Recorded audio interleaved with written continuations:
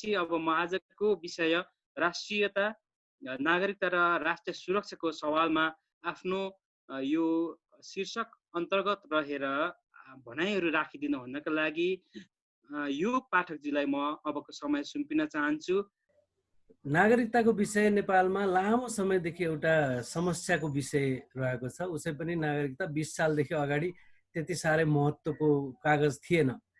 20 सालदेखि यता आएपछि मात्रै अलिक महत्त्वपूर्ण कागजको रूपमा नागरिकतालाई राज्यले प्रयोग गर्यो र त्यस पछाडि आजसम्म आइपुग्दाखेरि कस्तो देखिन्छ भने कोही पनि चाहे ती आफूलाई जङ्गलतिर विचरण गर्ने भनेर ठान्ने राउटेहरू नै किन नहुन्, उनीहरूसम्मलाई नागरिकता अथवा राज्यको चाहिँ पहुँचले भेटिसकेको अवस्था छ। खास गरिकन संसारमा राष्ट्रको र राज्यको अवधारणा पुरानै हो, धेरै समय भइसक्यो। तर पनि आज हामी जुन स्तरमा राज्यहरू देख्छौँ, जुन स्तरमा अहिले यो कोरोना विश्वव्याधिको मौकामा पनि देखियो राज्यको पहुँच कुन स्तरमा रहेछ। राज्यले चाह्यो भने पुरै मुलुकहरूलाई लकडाउन गर्न सक्दो रहेछ। राज्यले चाह्यो भने एकैपटक चाहिँ सबै मानिसहरूसम्म आफ्नो हात पुर्याउन सक्दो रहेछ र राज्यले चाह्यो भने भयङ्कर ठुलो आर्थिक सङ्कटको मुखमा लगेर पनि सम्पूर्ण जनतालाई छोडिदिन सक्दो रहेछ। त्यसमा कुनै राज्यले चाह्यो भने तत्काल चाहिँ आर्थिक प्रवाह नटुटोस् भनेर अमेरिका, युरोपका केही देशहरूले मान्छेको खातामा पनि पैसा पठाएको देखियो। तर नेपाल जस्तो देशमा मान्छेलाई तिमीहरू नै जे गर्न मन लाग्छ गर, बाँचे बाँच, मरे मर भनेर छोडिदिएको अवस्था पनि देखियो। तर लकडाउन गर्न चाहिँ उसले छोड्यो। आजको दिनमा चाहिँ राज्य भनेको एउटा शक्तिशाली अवयव भएको छ र आधुनिक तरिकाले व्यवस्थित भएको छ। यो सूचना सञ्चारको हिसाबले होस् या मिलिटरी प्रहरीको व्यवस्थापनको हिसाबले होस् अथवा राजनीतिक दलहरूको अथवा राजनीतिक युनिटहरू र ब्युरोक्रेसीको चाहिँ प्रत्यक्ष चाहिँ प्रभावको दृष्टिकोणले होस्, राज्य धेरै नै बलियो देखियो। यस्तो राज्य आज हामीले देखिरहेको जस्तो राज्य चाहिँ खास गरिकन दोस्रो विश्वयुद्धपछि र पुराना साम्राज्यहरू विघटन भएर नयाँ राज्यहरू बन्ने क्रम सुरु भएदेखि आजसम्म करिब 70 वर्षमा राज्यहरू यो स्थितिमा आइपुगेका हुन्।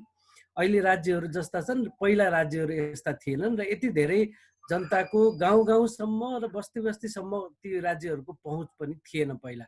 अहिले 70 वर्षमा यो विकास भएको देखिन्छ र नागरिकता भन्ने जिनिस पनि यही 70 वर्षमा सबैभन्दा पेचिलो एउटा इस्युको रूपमा, पेचिलो मुद्दाको रूपमा स्थापित भएको छ र नागरिकतालाई विभिन्न राज्यहरूले आफ्ना आफ्नो शक्ति, सामर्थ्य र पहुँच अनुसार उनीहरूले नागरिकतालाई व्याख्या गर्ने, त्यही अनुसार कानुन बनाउने गरेको देखिन्छ। नेपालको सन्दर्भमा भन्दाखेरि 20-22 सालदेखि नागरिकता चाहिँ एउटा महत्त्वपूर्ण डकुमेन्टको रूपमा प्रयोग हुन थाल्यो। त्यसपछि हाम्रै बुवा आमाले पनि नागरिकता बनाउने कुरो चाहिँ अलिक पछि आएर बनाएको र कयौँ कागजहरू चाहिँ एकदमै त्यसको रेकर्ड आज पनि नभेटिने खालको, ढड्डारै नभएको खालको कागज बनाएको देखिन्छ। र त्यहाँदेखि यहाँसम्म आइपुग्दाखेरि खास गरिकन मधेसमा नागरिकताको समस्या एकदमै विकराल भएर आएको देखिन्छ। त्यसका कारणहरू छन्, त्यसका कारणहरू बारेमा एकैछिन पछि कुरा गर्छु। सबभन्दा पहिला चाहिँ के कुरा गरौँ भने अवधारणाको रूपमा के कुराहरू छन् जो हाम्रो नागरिकताको बहसको सन्दर्भमा होस् या राष्ट्रियताको बहसको सन्दर्भमा होस्, हाम्रो देशमा पटक पटक यो कन्फ्युजन रहने गरेको छ।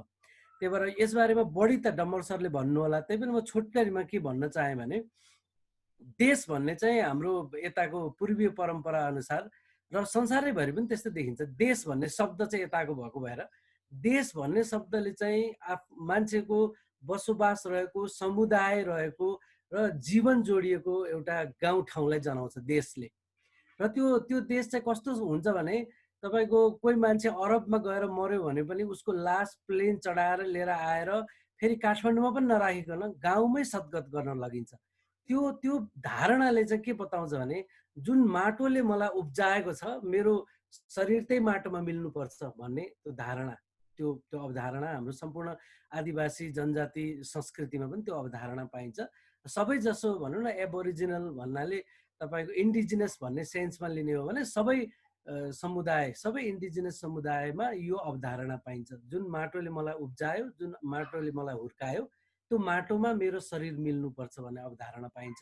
त्यो अवधारणाले चाहिँ देश बताउँछ।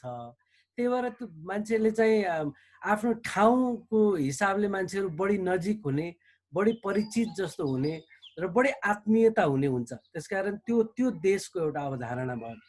र राष्ट्र भन्ने अवधारणा चाहिँ नेसन भन्ने अवधारणालाई उल्था गरिएको छ हाम्रोमा अहिले, राष्ट्र भन्ने शब्द। र नेसन भन्ने अवधारणा चाहिँ खास गरी युरोपमा बनेर आएको अवधारणा हो। त्यो नेसन भन्ने अवधारणाले चाहिँ स्पष्टतया तपाईँलाई हाम्रो देशमा भन्दाखेरि राष्ट्र राष्ट्रियता भन्यो भने नेपाल भनेर भन्न खोज्छन्, तर त्यसको व्यवहारिक प्रयोग क्षेत्रफलको हिसाबले नेपाल भनिए पनि त्यसको व्यवहारिक राजनीति, त्यसको वैचारिक राजनीति हेऱ्यो भने चाहिँ के देखिन्छ भने एउटा खास समुदाय भन्ने बुझाउँछ राष्ट्रले। त्यसकारण नै हामी आज व्याख्या गर्दाखेरि भनिराखेका छौँ, नेपालमा जति आदिवासी जनजाति समुदायहरू छन् जसको आफ्नै भाषा छ, आफ्नै संस्कृति छ, आफ्नै भौगोलिक लोकेसन छ, ऐतिहासिक लोकेसन छ, ती सबै राष्ट्र हुन्, अलग अलग राष्ट्र हुन् भनेर भन्ने गर्छौँ अहिले हामी। त्यो तरिकाले व्याख्या गर्ने गरिएको छ।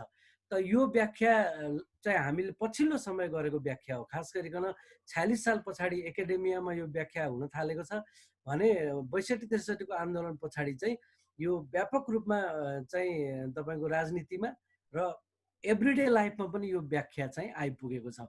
अब यो व्याख्याले के भन्यो भन्दाखेरि नेसन भनेको चाहिँ युरोपकै अवधारणा अनुसार यो आएको हुनाले युरोपकै अवधारणा अनुसार पनि यो एउटा कुनै खास समुदायको हुन्छ नेसन भनेको। त्यसकारण उसको भाषा, उसको संस्कृति, उसको लोकेसन, उसको ऐतिहासिक, कसैले पितृभूमि कसैले मातृभूमि भन्छन्, त्यो भूमिलाई पनि जनाउँछ त्यसले। त्यसकारण नेसन भन्ने चिजले चाहिँ अहिले हामीले यहाँ जुन राष्ट्रियताको परिभाषा गर्दाखेरि जुन चाहिँ गोर्खालीहरूले जितेको भूगोलको रूपमा लिने गरिन्छ त्यो चाहिँ नेसन होइन। खासमा त्यो चाहिँ अहिले अब एक किसिमले भन्नुहुन्छ भने तपाईँ विदेशमा हुनुहुन्छ भने त्यसलाई देश भन्न सकियो, होइन भने देशले पनि तपाईँको लोकल ठाउँ जनाउँछ। खास गरी पूर्वीय सभ्यतामा प्रयोग भएको शब्दलाई हेर्ने हो भने देशले पनि लोकल ठाउँ जनाउँछ। अब यो नागरिकता भन्ने कन्सेप्ट चाहिँ यो चाहिँ युरोपबाट आयो र यो नागरिकता भन्ने कन्सेप्ट चाहिँ सिटीहरूबाट, सहरहरूबाट आएको कन्सेप्ट हो। सिटीबाट सिटिजन भएको हो। त्यसकारण सहर नागरिकता भन्ने कन्सेप्टले चाहिँ सहरिया एलिटहरू र उनीहरूले रिकग्नाइज गर्ने मान्छे, उनीहरूले कस्तो खालको भाषा बोल्ने, कस्तो खालको रीतिरिवाज भएको, कस्तो खालको चाहिँ व्यवहार भएको, एक प्रकारको उनीहरूको आफ्नो व्याख्या अनुसार होइन। त्यो सहर भन्ने बित्तिकै अलिक गाउँभन्दा आफूलाई एडभान्स ठान्ने, आफूलाई अलिक विकसित ठान्ने, त्यो कन्सेप्टबाट चाहिँ सिटिजन भन्ने कन्सेप्ट आएको हुनाले यो नागरिकता भन्ने अवधारणा चाहिँ जहिले पनि सहरिया एलिटहरूको चाहिँ मुख्य बाणी बोक्छ त्यसले, सहरिया एलिटको विचार बोक्छ त्यसले। त्यही भएर यसमा सहरिया एलिटहरूले बढी दाबी गरेको र आफ्नो परिभाषा लाद्न खोजेको देखिन्छ। अब नेपालको सन्दर्भमा हेर्दाखेरि नागरिकताको बहस चाहिँ यो सबै यसको गुह्य विचारभित्र छिरेर गरिएको बहस होइन। यो बहस चाहिँ खास गरिकन मधेसको सन्दर्भमा गरिएको व्याख्याबाट आउँछ। नेपालको सन्दर्भमा नागरिकताको बहस अहिले पनि ज्वाइँ र बुहारी भन्दै मान्छेलाई होच्याउने गरिकन जुन बहस छेडिएको छ, यो बहसले मान्छे चिन्दैन। यसले चाहिँ राष्ट्रियता भनेर सोलो डोलो गोर्खालीहरूको इमेज चिन्छ। त्यसकारण त्यो राष्ट्रियताभित्र नेपालका विभिन्न समुदायहरूको अलग अलग राष्ट्रहरू जुन छ त्यो राष्ट्र हटाउँदैन यो राष्ट्रियताको परिभाषाभित्र। र त्यो राष्ट्रियताको परिभाषा चाहिँ जसरी मैले अघि भने जसरी यसको एउटा आफ्नै भाषा, आफ्नै संस्कृति, एउटा भाषा संस्कृतिलाई आफ्नो मानिने गरिकन नेसन राष्ट्र भएको हुनाले गर्दाखेरि यो पुरै देशलाई राष्ट्रियताको अवधारणामा चाहिँ ढाल्ने क्रममा यहाँको खास गरिकन 7 सालदेखि त्यो अवधारणा निर्माण हुन सुरु हुन्छ। त्यो युरोपबाटै ल्याइएको अवधारणा हो र भारत हुँदै नेपाल पसेको हो र पञ्चायत कालमा यो चाहिँ एकदमै सलिड ढङ्गले लागू गरिन्छ। त्यो भनेको के हो भने यहाँको पहाडी खस ब्राह्मणहरूको आफ्नो संस्कृति, आफ्नो भाषा, आफ्नो चाडपर्व, आफ्नो रीतिथिति, आफ्नो धर्मलाई चाहिँ तपाईको राष्ट्रिय अर्थात् यो सम्पूर्ण राष्ट्रको धर्म हो, सम्पूर्ण राष्ट्रको संस्कृति हो भनेर व्याख्या गरिएको हुनाले त्यो नेपालको नागरिकताको बहस चाहिँ त्यो राष्ट्रियताको परिभाषासँग कन्ट्राडिक्ट गर्छ, त्यहाँ गएर समस्या पर्छ। यसको मधेसमै किन चाहिँ नागरिकताको बारेमा सबभन्दा बढी कुरा हुन्छ र मधेसीलाई नै किन सबभन्दा बढी शङ्काको दृष्टिले हेरिन्छ त? यो राज्यको दृष्टिकोणबाट, यहाँका शासकहरूको दृष्टिकोणबाट, यहाँको खास गरिकन काठमाडौँ केन्द्रित एलिटहरूको दृष्टिकोणबाट। किनभने यो सम्पूर्ण नेपालीको पनि अवधारणा होइन, काठमाडौँ केन्द्रित एलिटहरू जो काठमाडौँ बाहिरबाट पनि आएर अहिले शासनमा छन्, उनीहरूको पनि यहाँ एउटा उखानै छ, बागमतीको पानी पिएपछि यहाँ केही पहिलाको जस्तो बाँकी रहँदैन, बागमतीको पानीले सबलाई खाइदिन्छ भन्छन्। सरदार भीममल्लको चाहिँ धेरैले कोट गर्ने गर्छन्, त्यसले चाहिँ के भन्छ भने दरबारमा नपस्नु भन्छ, दरबार खतरनाक चिज हो भन्छ। अनि सरदार भीममल्लको पत्नीको चाहिँ सतीको शराब भन्ने गरिन्छ। त्यो अवधारणा चाहिँ यो राज्यभित्र रहेका केही एलिटहरू, खास गरी यो उपत्यकाभित्रका एलिटहरू, त्यही भएर यहाँ चाहिँ लकडाउन गर्ने बेलामा पनि यो उपत्यकालाई केन्द्रमा राखेर एलिटहरू आफू बाँच्ने गरी लकडाउन गरेको छ। जनता मर्छन् कि बाँच्छन् उनीहरूलाई सरकार छैन। जनताको लागि बनाइएको क्वारेन्टाइन तपाईँले हेर्न सक्नुहुन्छ, मान्छे दिनदिनै मरिरहेछन्। त्यो क्वारेन्टाइन चाहिँ मृत्युशाला जस्तो छ। तर यहाँको एलिटहरूको लागि क्वारेन्टाइन अर्कै हुन्छ। त्यसकारण उनीहरूको अवधारणा नै फरक छ। त्यो दृष्टिकोणबाट हेर्दाखेरि चाहिँ मधेसीहरू जम्मै विदेशी जस्तो देखिन्छ र मधेसी जब विदेशी जस्तो देखिन्छ, उनीहरूले के भन्छन् भने 40 लाख भारतीयले नेपालको नागरिकता लिए भन्छन्। अब यो 40 लाखको तथ्याङ्क कहाँ छ त? अगाडि देखाउनुहोस् त मलाई, को रहेछ 40 लाख भनेर मैले धेरै ठाउँ सोधेको छु। यसो भन्ने मानिसहरू छन्, केही काठमाडौँमा हल्लाखल्ला गरेर हिँड्छन्। यो अर्बान एलिटहरू हुन्, उनीहरू बौद्धिक एलिटहरू, बुद्धिजीवी एलिट, बौद्धिक त होइन, बुद्धिजीवी एलिटहरू। उनीहरूले चाहिँ 40 लाख भन्छन्। त्यो 40 लाखको डाटा उनीहरूसँग छैन र त्यो 40 लाख मान्छे को हुन् भनेर उनीहरू भन्न सक्दैनन्। त केही समय अगाडि 62-63 को आन्दोलन पछाडि एउटा चाहिँ नागरिकता टोली खटाएर मधेसमा नागरिकता विहीन मानिसहरूलाई नागरिकता दिने भन्ने एउटा मूल त्यसको एजेन्डा चाहिँ सेट गरेको चाहिँ मधेसी आन्दोलनले र मधेसी चाहिँ मिसनले सेट गरेको। तर दिने बेलामा पहाड मधेस सबैतिर नागरिकता नपाएको मान्छे धेरै, हिमालतिर पनि थुप्रा हुन्छन् मान्छे नागरिकता नपाएको, पहुँचै नभएको। त्यही भएर एकमुष्ट चाहिँ त्यसरी नागरिकता वितरण गरिएको थियो। त्यो पनि 40 लाख होइन, त्यो पनि केही लाख हो। र त्यो केही लाख मध्ये पनि आधाभन्दा बढी पहाडमा वितरण गरिएको छ, मधेसमा थोरै छ। त्यसमा पनि अङ्गीकृत अझ थोरै छ, वंशजको नागरिकता धेरै वितरण भएको छ। त त्यसलाई लिएर 40 लाख भन्ने हावा खडा गर्नेहरूको चाहिँ दिमागमा के छ भने मधेसी भनेको जम्मै विदेशी हो भन्ने अवधारणा छ। र त्यो मधेसी भनेको जम्मै विदेशी हो भन्ने अवधारणा चाहिँ गोर्खाली, मैले अघि नै भनिहालेँ, गोर्खाली सत्ता जुन यो हनुमान ढोका दरबारमा पृथ्वीनारायण शाहले ल्याएर स्थापित गरे, त्यो गोर्खाली सत्ताको चरित्रको परिभाषा हो। र त्यो चरित्र कसरी निर्माण भएको छ भन्ने बारेमा म छोटोमा भन्न चाहन्छु यहाँनिर, किनभने यो नबुझिकन त्यो बुझिँदैन। त्यो चरित्र चाहिँ कसरी निर्माण भएको छ भने गोर्खालीहरूको सेना फर्मेसन हेरौँ। सुरुमा गोर्खालीहरूको सेनाको फर्मेसन चाहिँ तपाईँको कमान्डरहरू चाहिँ क्षेत्री, अनि यो गण्डकी प्रदेशको खास गरिकन गुरुङ र मगरहरू चाहिँ त्यसको सिपाही, मुख्य लडाइँको चाहिँ गुरुङ र मगर, कमान्डरहरू चाहिँ क्षेत्री।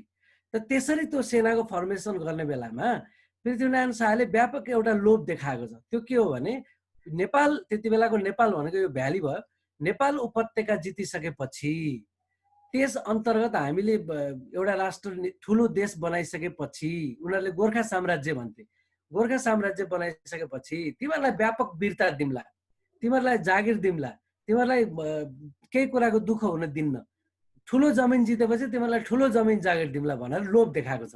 त्यति बेला यताको सानो सानो स्टेटहरू भएको हुनाले गर्दाखेरि त्यो लोभले मान्छेलाई चाहिँ सजिलै त्यो लोभमा मान्छे पर्नु धेरै अनौठो कुरा होइन। किनभने मान्छेहरूसँग एकदमै पहाडमा थोरै जमिन छ, त्यसले वर्षभरि खान पुग्दैन, त्यस्तोमा चाहिँ उनीहरूले ठुलो जमिन पाइने, अझ मधेसको जमिन पाइन्छ भनेपछि त्यो लोभमा उनीहरू पर्नु स्वाभाविक थियो।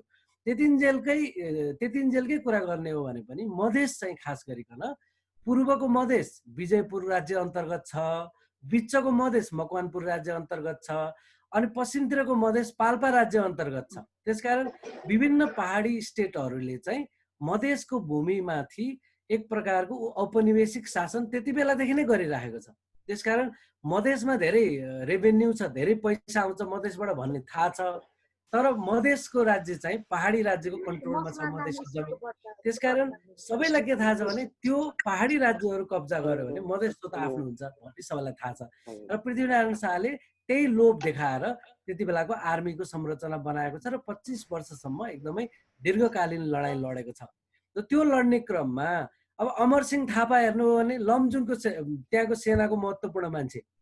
अब अमरसिंह थापालाई पनि जागिरमा लिएर आएको छ कि। त्यसकारण यो नेपालको सेनाको सुरुवाती फर्मेसनै हेऱ्यो भने यो जागिरे मानसिकताबाट बनेको सेना छ, कुनै राष्ट्रियता वा राष्ट्रवादवाला मानसिकताबाट बनेको सेना नै होइन। त्यो जागिरी मानसिकताबाट बनेको सेना हुनाले यसको उद्देश्य, यसलाई सङ्गठन गर्ने चिन्तन धारा नै कुनै अर्को ठाउँलाई हामीले उपनिवेश बनाउँछौँ र त्यहाँ तिमीले मजाले त्यहाँको उब्जाउ तिम्रो चाहिँ हातमा आइपुग्छ भन्ने आधारमा निर्माण गरिएको छ।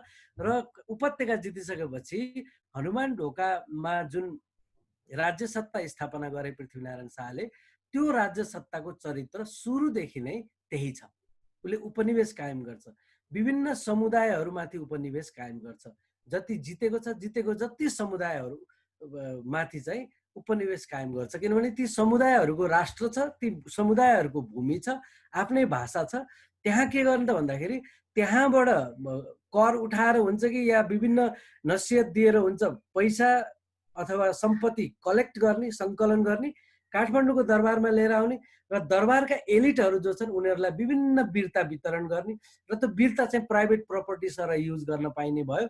जागिर वितरण गर्ने, जागिर चाहिँ राज्यले जुनसुकै बेला खोज्ने भने पनि कयौँ शक्तिशाली मान्छेहरू त अनन्तकालसम्म त्यो जागिर उपभोग गर्न पाउने भयो।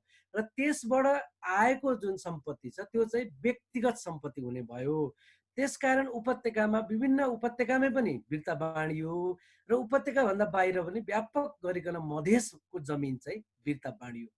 अब यो वीरता बाँड्ने प्रणालीले के गर्यो त भन्दा त्यहाँ त्यो दरबारभित्र, त्यो तपाईँको हनुमान ढोकाको दरबारभित्र अर्थात् गोर्खालीहरूले स्थापना गरेको राज्य सत्ताभित्र जो जति शक्तिशाली भयो उसले उति नै धेरै सम्पत्ति कमाउने भयो, व्यक्तिगत सम्पत्ति कमाउने भयो। त्यसकारण उनीहरूले निरन्तर उपनिवेशवादी शासन चलाइरहे र त्यहाँभित्र चाहिँ दरबारैभित्र पनि एकपछि अर्को षड्यन्त्रहरू चल्दै गएर, किनभने त्यो षड्यन्त्र नचलिकन उपाय नै थिएन। जब तपाईँले भन्नु न मातवर सिंह थापालाई पहिला चाहिँ एक्सपेल गरेर भारततिर खेदे, जब उसको आवश्यकता भयो मातवर सिंह थापालाई फेरि बोलाए र फेरि बोलाइसकेपछि प्रधानमन्त्री बनाउने बित्तिकै उसलाई तपाईँको व्यापक 2-3 जिल्ला नै मधेसको चाहिँ वीरता दिएको छ क्या। अनि अब त धनी हुने भयो। अनि त्यो धन चाहिँ त्यसरी प्राप्त हुन्छ भनेपछि जङ्गबहादुरले कोत पर्व मचाउँछ र त्यस पछाडि अब बाँकी जम्मै वीरता जङ्गबहादुरका सन्ततिहरूको हुन्छ। यसरी नै छ। त्यसकारण यहाँभित्र षड्यन्त्रको कहिले पनि टुङ्गो लागेन। एउटा राज्य सत्ता कब्जा गर्ने मात्रै कुरा थिएन त्यहाँ, त्यो चाहिँ उपनिवेश चलाउने कुरा थियो। त्यसकारण त्यो षड्यन्त्रको कहिले पनि टुङ्गो लागेन र आम जनतामा उपनिवेशकारी शासन चलाइरहे र त्यो जनता र राज्यको बिचमा विभिन्न साना साना सामन्तहरू र राज्यको बिचमा जुन सामन्तवादले पनि एउटा आर्जनको सम्पत्तिको प्रवाह निर्माण गर्छ, त्यो प्रवाह यहाँ छँदै थिएन। यहाँ वरिपरिबाट लुट्ने, लिएर आउने, दरबार बनाउने, मस्ती गर्ने, त्यति मात्र थियो। त्यो गर्ने क्रममा मधेसलाई सधैँभरि उपनिवेश पनि सबभन्दा ठुलो रेभेन्यू इल्ड गर्ने उपनिवेश, सबभन्दा ठुलो रेभेन्यू मधेसबाट आउने भएको हुनाले मधेसलाई चाहिँ सबैभन्दा महत्त्वपूर्ण चाहिँ ढङ्गले उनीहरूले उपयोग पनि गरे। त्यहाँबाट सम्पत्ति सोरे पनि, त्यहाँका मान्छेहरूको सबै प्राण झिकेर पनि लिए। आजसम्म पनि त्यही स्थिति छ। केही मल्लकालदेखि नै तपाईँको चाहिँ राज्य सत्तासँग कनेक्सन भएका र एक किसिमले चाहिँ सभ्यताको पनि जग बनेका चाहिँ मिथिला र भोजपुराका केही मधेसीहरूलाई छोडेर बाँकी सबै मधेसीहरूको त तपाईँको थारूको, राजवंशीको, सन्थालको त आत्मै झिकिसकेको छ। आत्मै बाँकी नहुने गरिकन उनीहरूलाई खतम बनाइयो। यो चक्कर चाहिँ तपाईँको 7 साल पछाडि खास गरी औलो उन्मूलन भएपछि यो चक्कर मास माइग्रेसनबाट सुरु हुन्छ। फेरि अर्को तहको उपनिवेशीकरण चाहिँ मास माइग्रेसन, पहाडबाट मान्छेलाई मधेसमा माइग्रेट गर्ने वातावरण बनाएर त्यहाँबाट सुरु हुन्छ। र त्यो सब गर्दाखेरि मधेसीलाई स्वदेशी देख्यो भने त मधेसीहरूको दाबी हुने भयो नि त त्यो जमिनमा। त्यो दाबी नहोस् भनेर मधेसीलाई विदेशीको रूपमा परिभाषित गरियो। र हर्क गुरुङको 40-42 सालको एउटा प्रतिवेदनमा पनि खास गरिकन मधेसी समुदायलाई चाहिँ भारतबाट आएका माइग्रेन्ट हुन् भनेर व्याख्या गर्ने काम भयो, जुन कि ऐतिहासिक रूपमा गलत हो। त्यो ठाउँमा चाहिँ मल्लकालभन्दा पहिलादेखि नै चाहिँ पहाडी राज्यहरूको चाहिँ त्यहाँ राज्य चलाइरहेको, त्यहाँ शासन चलाइरहेछन् र त्यहाँबाट ठुलो सङ्ख्यामा रेभेन्यू, ठुलो सङ्ख्यामा राजस्व त्यति बेला पनि कलेक्सन गर्ने गरिएको छ। त्यहाँ त भूतले खेती गरेको होइन होला, त्यहाँ त तपाईँको चाहिँ हात्ती घोडाले खेती गरेको होइन होला, होइन? अब थारूहरूकै, राजवंशीहरूकै अनुवंशिक अध्ययन गर्नेहरूले पनि त्यो कुरा पुष्टि गरिसकेका छन्, उनीहरू धेरै पुराना मान्छे हुन् त्यहाँ। तर जब हर्क गुरुङको प्रतिवेदनले भारतबाट आएका माइग्रेन्ट हुन् भन्ने कुरा चाहिँ पञ्चायत कालमा स्थापित गर्यो, त्यसलाई पञ्चायतले स्ट्रेटेजिकल्ली नै गराएको कुरा थियो। त्यो गरिसकेपछि त झन् मधेसी भनेको विदेशी हो, भारतीय हो भन्ने भयो। र त्यसका आधारमा काठमाडौँका एलिटहरू, यहाँको अर्बन सेटिङका एलिटहरूले चाहिँ जहिले पनि नागरिकताको इस्यु उठो कि त्यसमा चाहिँ भारतीयले नागरिकता लिए देश फिजी बनाउने भयो भनेर भन्छन्। जबकि आम रूपमा मधेसीहरूको चाहिँ ठुलो सङ्ख्यामा जग्गा जमिनहरू सबै जालझेल गरेर, पहिला बिर्ता गरेर, सबै तरिकाले उनीहरूको जमिन लुटेर उनीहरूलाई त्यो जमिनमा काम गर्ने बदुवा मजदुर जस्तो बनाइएको छ। थारूहरूलाई त दासै बनाइएको छ। त्यस्तो बनाएको हुनाले ठुलो सङ्ख्यामा मधेसीहरूसँग जग्गा जमिन भएन र पञ्चायत कालको चाहिँ खास गरिकन नागरिकता पञ्चायतले बाँडेको हो। र पञ्चायत कालको नागरिकता नीतिमा चाहिँ नेपाली भाषा बोल्न जान्नुपर्ने, अनि तपाईँको चाहिँ नेपाली संस्कृति जानेको हुनुपर्ने, अनि तपाईँको जग्गा जमिनको निस्सा चाहिने भनेपछि त अब कागज बनाउने जति सबै पहाडिया भाषामा बनाएको छ, मधेसीहरूले कागजै बुझ्दैन। अनि आम मान्छेको जमिन हिजोसम्म एउटाको थियो, आज कागजमा अर्कैको भइसकेको छ। उनीहरूलाई जमिनबाटै बेदखल गरिएको हुनाले गर्दाखेरि उनीहरूसँग जमिनको निस्सा पनि भएन र सिडिओको अघिल्तिर नेपाली बोल्न नजान्ने बित्तिकै हजारौँ हजार मधेसीहरूलाई कहिले पनि नागरिकता दिएन। त्यसकारण उनीहरूलाई नागरिक हुनबाटै वञ्चित गरियो। एक चाहिँ अर्बन सेटिङका मान्छेहरूले राष्ट्रियताको एउटा गोलमाल परिभाषा बनाएर तपाईँको चाहिँ सिटिजनसिपको एउटा पश्चिमा अवधारणालाई यहाँ दरोसित स्टेट क्राफ्ट मार्फत प्रयोग गरिराख्ने, अर्कोतिर यहाँको नेसनहरूलाई, विभिन्न राष्ट्रहरूलाई राष्ट्रै नमान्ने, उनीहरूको भाषा संस्कृतिलाई उन्मूलन गर्ने कार्यक्रम चलाउने, अनि त्यहाँ खास गरिकन मधेसका जनतालाई चाहिँ जमिनबाट पनि बेदखल गर्ने भएपछि त यो अर्बन एलिटहरू खास गरिकन काठमाडौँमा चाहिँ राणा कालदेखि भनौँ गोर्खालीहरूको दरबारका वरपर त्यसको आसेपासेहरू र अरू समुदायबाट गएका छन् भने पनि उनीहरूको चाकरी गर्ने मानिसहरू, उनीहरूको सत्ता जोगाइदिने मानिसहरूको निम्ति, उनीहरूको फाइदाको निम्ति र उनीहरूको राजनीतिक स्वार्थका निम्ति राष्ट्रवादको एउटा अमूर्त चिज पिटेर तपाईँको आम मधेसीहरूलाई नागरिकता नदिने प्रपञ्चलाई आजसम्म जारी राखिएको छ। अहिलेको तपाईँको कुरा गर्नुहुन्छ भने राष्ट्रिय सुरक्षाको जुन कुरा गर्छन् त्यो सबै हावा कुरा हो। नेपालको राष्ट्रिय सुरक्षामा र नेपालको जमिनको, नेपालको जलस्रोतको जुनसुकै मामलामा सबैभन्दा बढी विदेशीहरूसँग सम्झौता गरेको छ भने यही काठमाडौँको गोर्खालीले स्थापना गरेको सत्ताले गरेको छ र त्यो सत्तामा पुगेका मान्छेहरूले गरेका छन्। तिनीहरू सबै दौरा सुरुवाल लाउने मानिसहरू हुन्। महाकाली सन्धि गर्ने पनि दौरा सुरुवाल लाउने पहाडी पुरुषहरू हुन् र तपाईँको चाहिँ कोशी सन्धि गर्ने पनि उनीहरू नै हुन्। र अहिले पछिल्लो समयमा जति सन्धि सम्झौताहरू गरेका छन् र खास गरिकन नेपालको आफ्नो राज्य, यो राज्य सत्ताको चरित्र पर निर्भर बनाउने र विदेशीहरूको पैसा लिएर आएर राज्य सत्तामा खास गरिकन यिनीहरूको कुलीन तन्त्र जोगाइराख्ने जुन यिनीहरूले प्रपञ्च गरेका छन् पछिल्लो 60-70 वर्षमा, त्यो प्रपञ्च गर्ने पनि र नेपालको राज्य सत्तालाई 100% पर निर्भर बनाइदिने। आजको दिनमा हाम्रा बच्चाले तपाईँको खोप पनि लगाउन पाउँदैनन् विदेशीहरूले ल्याएर दिएनन् भन्ने त्यस्तो अवस्थामा गरिदिने र नेपालका आम मानिसहरूलाई विदेश जान बाध्य पार्ने, विदेशमा गएर चाहिँ तपाईँको चाहिँ पैसा कमाउनको लागि आफ्नो श्रम बेच्नलाई हाम्रो क्रिम पपुलेसन 80 लाख पपुलेसनलाई विदेश पठाउने र देशलाई चाहिँ देशभित्रको सिप, शिल्प, कृषि र यहाँको लोकल ज्ञान र यहाँको लोकल नलेज, लोकल भाषाहरू, यो सबै चिजलाई नष्ट गर्ने र अङ्ग्रेजी भाषालाई लिएर आएर अङ्ग्रेजी भाषा बोल्नुलाई महानतम कुरा बताएर अहिले संस्कृत भाषा खतम भयो भनेर आफै रोइलो गरिरहेछन्। उनीहरूले नै गरेको यो सब काम। र उनीहरूले आम रूपमा नेपालको, यदि तपाईँले राष्ट्रिय सुरक्षाको कुरा गर्नुहुन्छ भने यदि यो चीन र भारत दुईटा बडे राष्ट्रको बीचमा हुँदैन थियो र रणनीतिक महत्त्वको ठाउँमा हुँदैन थियो भने यो राष्ट्रको अस्तित्व सिधाइ सक्थे।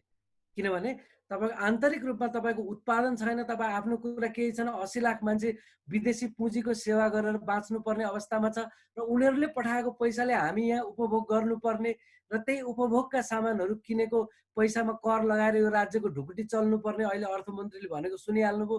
मान्छेको उपभोग घट्ने बित्तिकै उनको ढुकुटी रित्तिन थाल्यो भनेपछि यो अवस्थामा राज्य सत्ता, हाम्रो राज्य सत्ता, यिनीहरूले जेलाई राष्ट्रियता भन्छन्, त्यसको त न जग छ न धुरो छ, केही पनि छैन। त्यो त पानीको फोका जस्तो मात्रै छ। यस्तो बनायो कसले? यसमा त कुनै विदेशी ज्वाइँ र विदेशी बुहारीले आएर बनाइदिएको होइन यो। त्यसकारण आम मान्छेहरू जो चाहिँ खास गरेर सीमामा बस्ने, उता पूर्व पश्चिम दार्चुला धारचुलाको कुरा होस् या पूर्व झापा इलामदेखि लिएर तपाईँको दार्जिलिङ सिक्किमको कुरा होस् या मधेसमा चाहिँ तपाईँको वारदेखि पार दक्षिण सिमानाका वारी र पारी मानिसहरूको यिनीहरूको तलवारले पो त त्यो सीमा रेखा कोरेको हो। मानिसको जीवन त वारी र पारी, त्यो जीवन त एउटै गाउँ जस्तो चलिरहेको छ भने त्यहाँ बिहाबारी गर्न पाउने कि नपाउने त मान्छेलाई बिहाबारीबाट गर्नबाट रोक्न मिल्छ? अनि कोही मान्छे बिहाबारी गर्यो भने एउटा देशको नागरिकता त्याग गरेर अर्को देशमा बिहा भएर आउने अनि त्यो देशमा अनागरिक भएर बस्नुपर्ने, त्यस्तो कुरा गर्न मिल्छ? त्यस्तो कुरा गर्न मिल्दैन। यदि यो देश चाहिँ व्यापक विकसित हुन्थ्यो या विदेशबाट श्रमिकहरू झिकाएर यहाँको चाहिँ काम गर्नुपर्ने हुन्थ्यो, त्यति बेला एउटा प्रावधान बनाउनु अर्कै कुरा हो। त्यो श्रम गर्न आउने, काम गर्न आउने मान्छेको लागि प्रावधान गर्नु अर्कै कुरा हो। र बिहे गरेर जीवन यहीँ बिताउँछु भनेर आउने मान्छेलाई 7 वर्ष 10 वर्ष 15 वर्ष भन्दै 10 किसिमका कानुन बनाउने र राष्ट्रिय सुरक्षाको फुर्ती फार्ती गर्ने जुन कुरा छ सब नक्कली कुरा हो। त्यसकारण यो राष्ट्रिय सुरक्षाको कुरा हाम्रोमा एउटा हौवा हो जसले चाहिँ यो 70 वर्षसम्म काठमाडौँ केन्द्रित एलिटहरू या बाहिरका रहेछन् भने पनि बागमतीको पानी खाएर यहीँका भएका एलिटहरू जो छन् उनीहरूको व्यक्तिगत सम्पत्ति सृजना गर्ने यो, किनभने मैले अघि नै पृथ्वीनारायण शाहको पालादेखि भनिहालेँ, यो राज्य सत्ताको चरित्रै त्यस्तो छ। यो राज्य सत्ताले जनता र राज्य सत्ताको बिचमा लय निर्माणै गरे होइन। न अर्थतन्त्रको लय छ, न संस्कृतिको लय छ, न सामाजिकताको लय छ, न प्रेम छ, केही पनि छैन। त्यसकारण त्यो राज्य सत्तामा जो जान्छ उसले त्यो राज्य सत्ताको शक्ति प्रयोग गरेर व्यक्तिगत फाइदाको लागि काम गर्छ। त्यस्तो खालको राज्य सत्ता बनाइएको छ। त्यसकारण यहाँका मान्छेहरू, यहाँका एलिटहरू, यहाँका प्रधान न्यायाधीशहरू 3-3वटा देशको नागरिकता बोक्छन्, यहाँका जर्नेलहरू 3-3टा देशका नागरिकता बोक्छन्, यहाँका अधिकांश राणाकाल होस् या त्योभन्दा पहिला होस् या पछिल्लो समय होस्, सब एलिटहरू जसले यहाँको जनताको सम्पत्ति सोहोरेर राज्य सत्तालाई व्यक्तिगत सम्पत्ति सर उपभोग गरेर सम्पत्ति कमाए, उनीहरूले आज पनि युरोप र अमेरिकामा लगेर भारतमा लगेर सम्पत्ति थुपारेका छन्। भनेपछि अराष्ट्रियको हो, अर्थात् यिनकै भाषामा अराष्ट्रियको हो। अर्थात् कसबाट चाहिँ तपाईँलाई चाहिँ राष्ट्रिय सुरक्षाको चाहिँ चुनौती छ त? नेपालको सेनालाई त जब विदेशीको हात हतियार र विदेशीको पैसा नभइकन नेपालको सेना चल्दैन भने तपाईँको सुरक्षाको के कुरा गर्ने? जुनसुकै बेला त नेपालको सेना त विदेशी सेनाको पपेट मात्रै हो, त्यस्तो बनाइसकेको छ। त्यसकारण यो कुरालाई छुट्याएर हेर्नुपर्छ र नागरिकताको इस्युलाई चाहिँ मधेसी जनतामाथि विभेद गर्ने औजारको रूपमा प्रयोग गरिएको हो भनेर हामीले बुझ्न पर्छ। त्यसो भयो भने मात्रै यो चिजलाई हामीले ठिकसँग बुझ्छौँ र जनताको कुरा, जनताको दृष्टिकोणबाट जनतालाई अनागरिक बनाउने षड्यन्त्र चाहिँ कुनै पनि राष्ट्रिय सुरक्षाको कथा कहानीले टार्न सक्दैन। त्यो कुरा चाहिँ आजको दिनमा महत्त्वपूर्ण कुरा हो जस्तो लाग्छ मलाई। अहिलेलाई यति भने धन्यवाद। यी यस्ता यावत विषयहरूलाई समेटेर अबको प्रस्तुति राखिदिनु हुनको लागि यहाँलाई डाक्टर साहबलाई पनि अबको समय म डाक्टर डम्बर चेम्बुङज्यूलाई सुम्पिन चाहन्छु। यो सान्दर्भिक विषय भन्न चाहन्न, यो वास्तवमा असान्दर्भिक परिपक्ष हो। युगजीले धेरै कुरा भनिसक्नु भएको छ। यसलाई राजनीतिक ऐतिहासिक सन्दर्भमा कसरी राखेर हेर्ने, नागरिकता के हो, राष्ट्र के हो, राष्ट्रियता के हो, राष्ट्रिय सुरक्षाको सन्दर्भ के हो, यो यसको राजनीतिक ऐतिहासिकी गरिसक्नु भएको छ। यसमा हामी जानु जरुरी छैन। मैले के भनेर चाहिँ सुरु गर्न मलाई मन लाग्छ भने कि अहिले यो गर्नुपर्ने कुरा हो। मलाई लाग्छ यो अहिले गर्नुपर्ने कुरा होइन, तर किन गरिराखेको छ? राज्यले आम नागरिकहरूलाई, सम्पूर्ण नेपालीहरूलाई यो यो यो माहौलमा किन जबरजस्ती ढङ्गबाट लिएर आएको छ र यो अहिलेको जुन राष्ट्रवाद, राष्ट्रियता, नागरिकता, राष्ट्रिय सुरक्षा, हामी एक भएनौँ भने यो राष्ट्र रहँदैन भन्ने जस्तो सङ्गठनभित्र तपाईँ हामीलाई जबरजस्ती किन हाल्न खोज्दैछ? मलाई लाग्छ यो एउटा डर र एउटा असुरक्षाबाट यो सम्पूर्ण कुरा मा हामीलाई एकदम घचेटेर लगेको जस्तो मलाई लाग्छ। सरकारले भन्ने कुरा भन्दा पनि राज्यले। त यो महामारीको सन्दर्भमा राज्यले आफ्नो सम्पूर्ण शक्ति लगाउन पर्ने हुन्थ्यो। सम्पूर्ण शक्ति यो अर्थमा लगाउनु पर्ने हुन्थ्यो कि अहिलेको यो कोभिड-19 को महामारीलाई हामीले विश्वमै हेर्दाखेरि पनि मूलत चीनले यो शब्दलाई प्रयोग गरेको देखिन्छ। कोभिडको विरुद्धमा हामी अब युद्ध स्तरमा कोभिड-19 को विरुद्धमा हामी युद्ध लडिराखेका छौँ यो महामारीका सन्दर्भमा। सो तपाईले युद्ध लड्ने कुराहरू अब हिजोको जुन फिजिकल वारहरू, यो हिजो भौतिक शत्रुसँगका अरूसँगका विरुद्धका वारहरूमा चाहिँ तपाईले राष्ट्रिय स्वार्थलाई संरक्षण गर्नका लागि लडिने वार हो। राष्ट्रिय सुरक्षालाई संरक्षण गर्नका लागि, त्यसलाई जोगाउनको लागि, राष्ट्रवादलाई जोगाउन, राष्ट्रलाई जोगाउनको लागि लडिने युद्ध हो। र अहिले यो कोभिड-19 ले ल्याएको महामारीमा चाहिँ यो लडाईँ बेग्लै खालको लडाईँ थियो। मलाई लाग्छ यो लडाईँ सरकारले सफलतापूर्वक लड्न सकिराखेको छैन। यो भित्र कसरी राज्यको सबैभन्दा सीमान्तकृत, आर्थिक रूपले सीमान्तकृत, सामाजिक रूपले सीमान्तकृत, धार्मिक रूपले सीमान्तकृत, राजनीतिक रूपले सीमान्तकृत, सांस्कृतिक रूपले सीमान्तकृतहरूलाई सर्वप्रथम, अझ त्योभन्दा पनि दैनिक ज्यालादारी मजदुरी गरेर खाने, जो लाखौं लाख मजदुरी गरेर खाने आफ्नो नागरिकहरू छ, त्यो नागरिकको पहिलो हक उनीहरूले भोकले नमरुन्, उनीहरू भोकै बस्न नपरोस् र उनीहरू भोकै रात काट्न नपरोस् भन्ने जुन एउटा खालको जिम्मेवारी हो, त्यो जिम्मेवारी समेत पनि पुरा गर्न नसकेपछि जो पुरा गर्ने सन्दर्भहरूबाट असफल हुँदै जाँदा आम नागरिकहरू भड्किन्छ कि भन्ने हिसाबले पनि यो अर्को खालको असान्दर्भिक सन्दर्भहरू ल्याएर अलिकति गोलमटोल पारेको स्थिति जस्तो मलाई लाग्छ। अब यही बेलामा भारतले एउटा बाटो खन्यो, नेपाललाई एउटा न्यू चाहिएको थियो एउटा सीमा सम्बन्धको कुरालाई।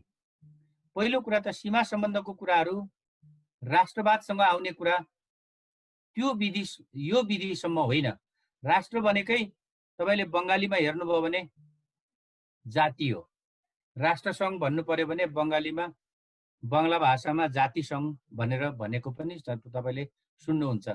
यहाँ राष्ट्र भन्यो भने एकदम एकल राष्ट्र, एकदम नेपाली।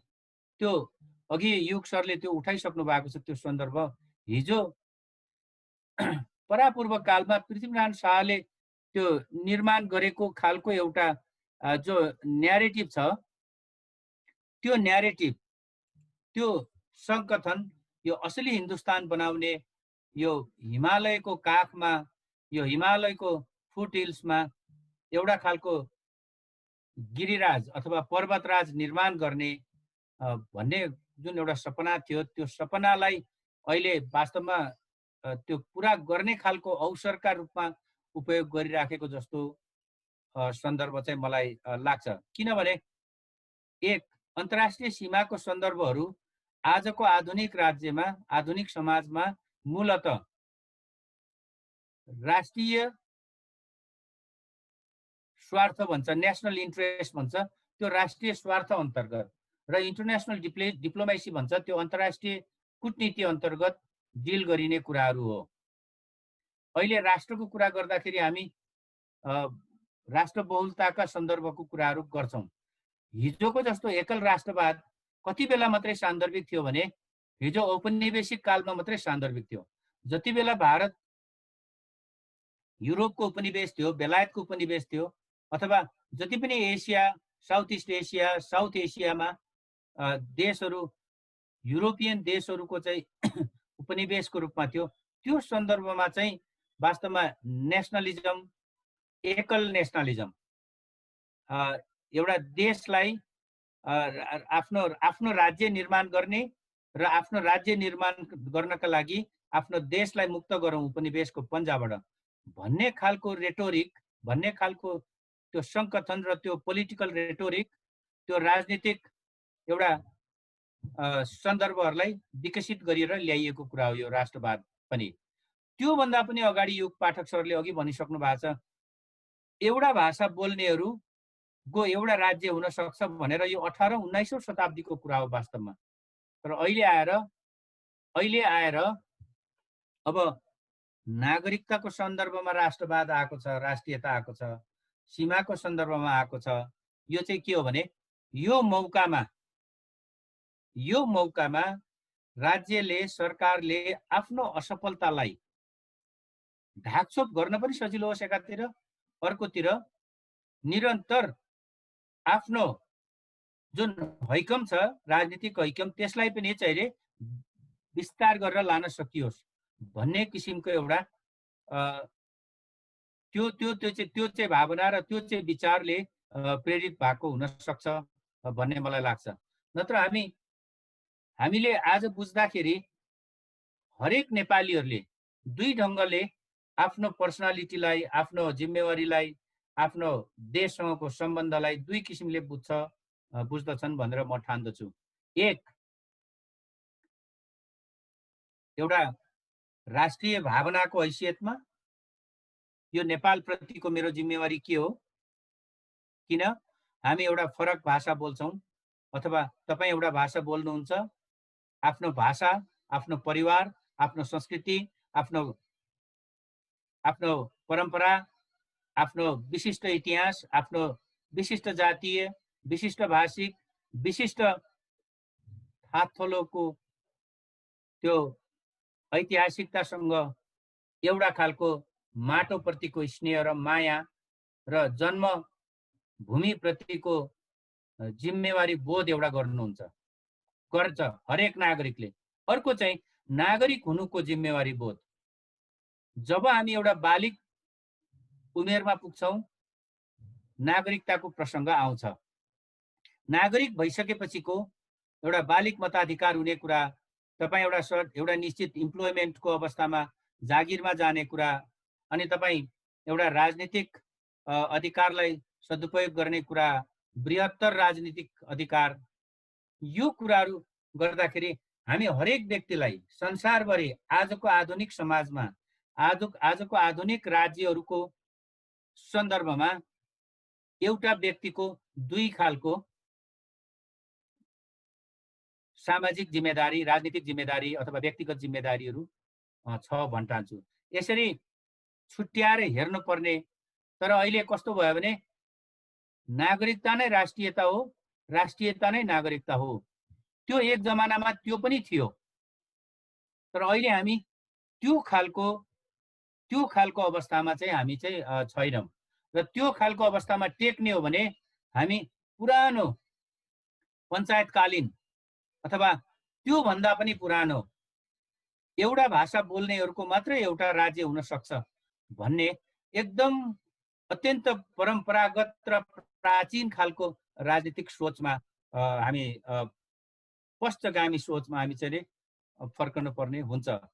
सो मैले एउटा एक खालको असफलतालाई अहिले जुन ढङ्गले सरकार, सत्ता, राज्य अधिकारीहरू र यहाँको कर्मचारी संयन्त्र, बेसिकली नेपालमा मैले व्यक्तिगत रूपमा हेर्दाखेरि राजनीतिक समस्या भन्दा पनि कर्मचारी तन्त्रमा एकदम बढी समस्या देख्छु। अघि त्यो कुरामा पछि समय भयो भने प्रश्न उत्तरका क्रममा हामी आउँला। तर जसरी आम जनताहरूलाई महामारीको यो सन्दर्भमा राहतहरू दिनुपर्ने र जुन ढङ्गले सबैभन्दा आवश्यकतामा रहेको आवश्यकता सबैभन्दा सीमान्तकृतहरूलाई समेटेर जानुपर्ने जिम्मेवारीबाट असफल भइसकेपछि चाहिँ असफल हुँदै गर्दाखेरि चाहिँ यो खालको नाराहरूमा आम जनताहरूलाई समेट्ने कोसिस भएको छ भयो जस्तो लाग्छ। अहिले जस्तो नागरिकताको कुरो आयो अघि, अब नागरिकता भन्ने कुरा मलाई यो नागरिकता एउटा सबैभन्दा अचम्मको कुरा के लाग्छ भने अहिले नागरिकता सम्बन्धी विधेयक पनि राष्ट्रिय सुरक्षा र राष्ट्रिय सुरक्षाको स्वार्थलाई ध्यानमा राखेर त्यसलाई केन्द्रबिन्दुमा राखेर नागरिकताको विधेयक ल्याइएको छ भनेर भन्ने जस्तो त्यो गैर जिम्मेवार र बचकना र अबुझ कुरो वास्तवमा हामीले अरू ठाउँमा खोज्न पर्दैन। यो के हो मैले बुझ्नै सकेको छैन वास्तवमा यो के गर्न खोजेको हो। अब हामीले नेपालको हेर्यो भने सीमा हेर्यो भने तपाईँ उत्तरतिर पनि सीमा छ, पूर्वतिर पनि सीमा छ हैन, पश्चिमतिर पनि सीमा छ, दक्षिणतिर पनि सीमा छ। हामी यो भित्र एउटा पाप मन एक ढङ्गले खाली एउटा समुदायलाई एउटा खास समूहहरूलाई इङ्गित गरेर यो कुराहरू आइराखेका छ। तर यो कुरामा वास्तवमा प्रभावित हुने भोलि आम सबै खालको नेपाली मान्छेहरू चाहिँ नेपालीहरू हुन्छ जस्तो मलाई लाग्छ। मैले अब यो नागरिकतालाई व्यवस्थित गरेर यो राष्ट्रवाद बलियो हुन्छ, राष्ट्रियता बलियो हुन्छ भन्ने कुरा चाहिँ यो विश्वास लाग्दो कुरा होइन। यो वास्तवमा राजनीतिक षड्यन्त्र हो, एक खालको पुरानो खालको पद्धतिमा जाने खालको षड्यन्त्र हो भन्ने मलाई लाग्छ। यसभित्र राजनीति नेपालको राजनीतिक दलहरू मूल रूपमा जिम्मेवार ढङ्गले आएको छ कि यो भित्रको एकदम नेपालभित्रको प्राचीन कर्मचारी तन्त्र चाहिँ यसभित्र जिम्मेवार छ। अब त्यो चाहिँ मलाई अलिकति अध्ययन गर्नुपर्ने हुन्छ। तर हाम्रोमा कस्तो छ भने राजनीति गर्नेहरू, राजनीतिक रूपमा निर्वाचितहरूमा आफूमा कन्फिडेन्स नभएपछि, आफूमा आत्मविश्वास र आफूमा पर्याप्त ज्ञान, यो अहिले छलफल गरिएको विषयहरूमा पर्याप्त ज्ञान नभएपछि अनि विकास र समृद्धिलाई पनि कसरी अगाडि बढाउन सकिन्छ भन्ने कुरामा ज्ञान नभएपछि सबभन्दा पहिला सोध्ने त त्यही कर्मचारीलाई हो। अनि कर्मचारीलाई सोधेपछि कर्मचारीले यो वा त्यो रूपमा हाम्रो राजनीतिक प्रतिनिधिहरूलाई, निर्वाचित प्रतिनिधिहरूलाई अल्मलाउने गरेको देखिन्छ। किनभने हामी तपाईले योभन्दा ठिक अगाडिको सभामुखको राजनीतिको सभामुख को हुने भन्ने बेलाको एउटा माहौलमा पनि 1 महिनाभन्दा लामो हप्तौंसम्म, कैयन हप्तासम्म जसको हामीले वकालत गर्यौं, एउटा सामाजिक समावेशीकरणका सन्दर्भबाट, एउटा बृहत्तम राजनीतिमा महिला सहभागिताको सन्दर्भबाट भन्यौ न, राजनीतिक सन्दर्भमा लैङ्गिक समानताको सन्दर्भबाट हामीले एक ढङ्गले वकालत गर्यौं। महिला हुनुपर्छ, उहाँसँग क्षमता छ, उहाँसँग अनुभव छ, उहाँसँग योग्यता छ। तर आज उहाँ मन्त्री हुनुहुन्छ, उहाँ कानुन मन्त्री हुनुहुन्छ, उहाँको मन्त्रालयबाट विधेयकहरू अगाडि बढ्छ। महिलालाई अझ पनि दोस्रो दर्जाको नागरिक बनाउने र महिलालाई अझ पनि पुरुष सरहको अधिकार दिने कुरा त छोडिदिनुस्, पुरुष सरहको मानव होइन भन्ने खालको ढङ्गबाट कानुनले व्याख्या गर्न खोज्छ अहिले। भनेपछि हामी राजनीतिक रूपमा त निकै फड्को मारिसक्यो नेपालले भन्ने विश्वासमा थियो। जति फड्को मार्नुपर्ने हो मारिसक्यो। त्यो अनुसार संविधान पनि एक तहमा बन्यो कि भन्ने हो, खास गरेर महिला र पुरुषको समानताको हिसाब हेर्दाखेरि। तर हेर्नुहोस् त, ब्युरोक्रेसी यति पुरानो, तपाईको कर्मचारी यन्त्र, कर्मचारी संयन्त्र, कर्मचारी तन्त्र नेपालमा यो राजनीतिक सत्ता भन्ने कुरा, मन्त्री प्रधानमन्त्री भन्ने कुरा त आउँछ जान्छ, स्थायी सत्ता भनेको कर्मचारी हो भनेर गएको 20 वर्ष एक ढङ्गले सत्ताको केन्द्रमा कर्मचारी बस्यो। अब हाम्रो राजनीतिक सत्ताको सबैभन्दा ठुलो कमजोरी के हो भन्नु होला भने, जनयुद्धबाट स्थापित भएको सत्ताले आफू प्रधानमन्त्री छँदा छँदै संविधानको ड्राफ्ट गर्न नसकेर पहिलो संविधान सभामा कर्मचारीलाई सत्ता सुम्पेर आफू सत्ताबाट पलायन भएको इतिहास, ज्वलन्त घटना भएको हाम्रो देश हो। त्यसो हुँदा यहाँ राजनीति गर्ने, राजनीतिक प्रतिनिधिहरूमा हुनुपर्ने खालको ज्ञान र आत्मविश्वास छैन। त्यसले गर्दाखेरि यो अत्यन्त परम्परागत प्राचीन परम्पराबाट शासन सत्ता सञ्चालन गर्न खोज्ने कर्मचारी संयन्त्र अलिकति हावी भएको स्थिति चाहिँ छ।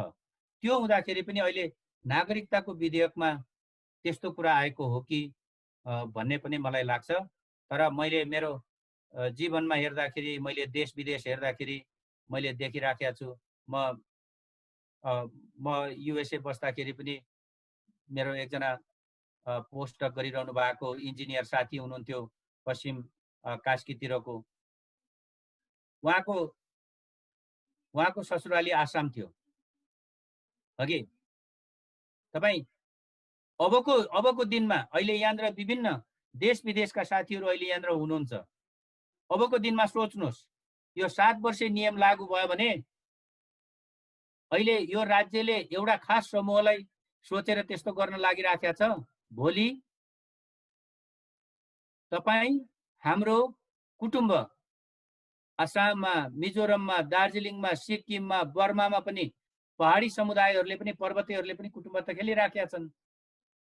अनि आउने बित्तिकै, बिहे गर्ने बित्तिकै एक ढङ्गले नागरिकता बनाउँछ। नागरिकता बनाएपछि पासपोर्ट बनाउँछ, सँगै विदेश जान्छ, विदेश गएर सँगै पढिराखेको छ। यो कुरामा नेपाल भनेको त अहिले यहीँनिर तरक्की गर्न सकिन्न। हामी प्राज्ञिक लेभलमा भनौँ, शैक्षिक लेभलमा भनौँ, अथवा रोजगारीका हिसाबले पनि हाम्रो गन्तव्य भनेको त विदेशै हो। अहिले यो राज्यले हत्तनपत्त यो कोभिड-19 को समस्याबाट एकदम यसलाई हल गर्ने क्रममा यहाँ रोजगारीका अवसरहरू धमाधम पुरा सिर्जना गर्देला, अथवा यहाँको कृषि प्रणालीलाई हामी एक्लैले एकदम सघन खेती प्रणालीहरूको विकास गरेर हामी यहीँनिर चाहिँ विदेशभन्दा राम्रोसँगले हाम्रो जीविकोपार्जन गर्न सक्छौँ भन्ने वातावरण निर्माण गरिदिन्छ जस्तो त यहाँनिर अहिले देखिराखेको त छैन। भनेपछि हेर्नुहोस् न, यो नागरिकताको सवाल यो अहिले आउनु पर्ने सवालै थिएन।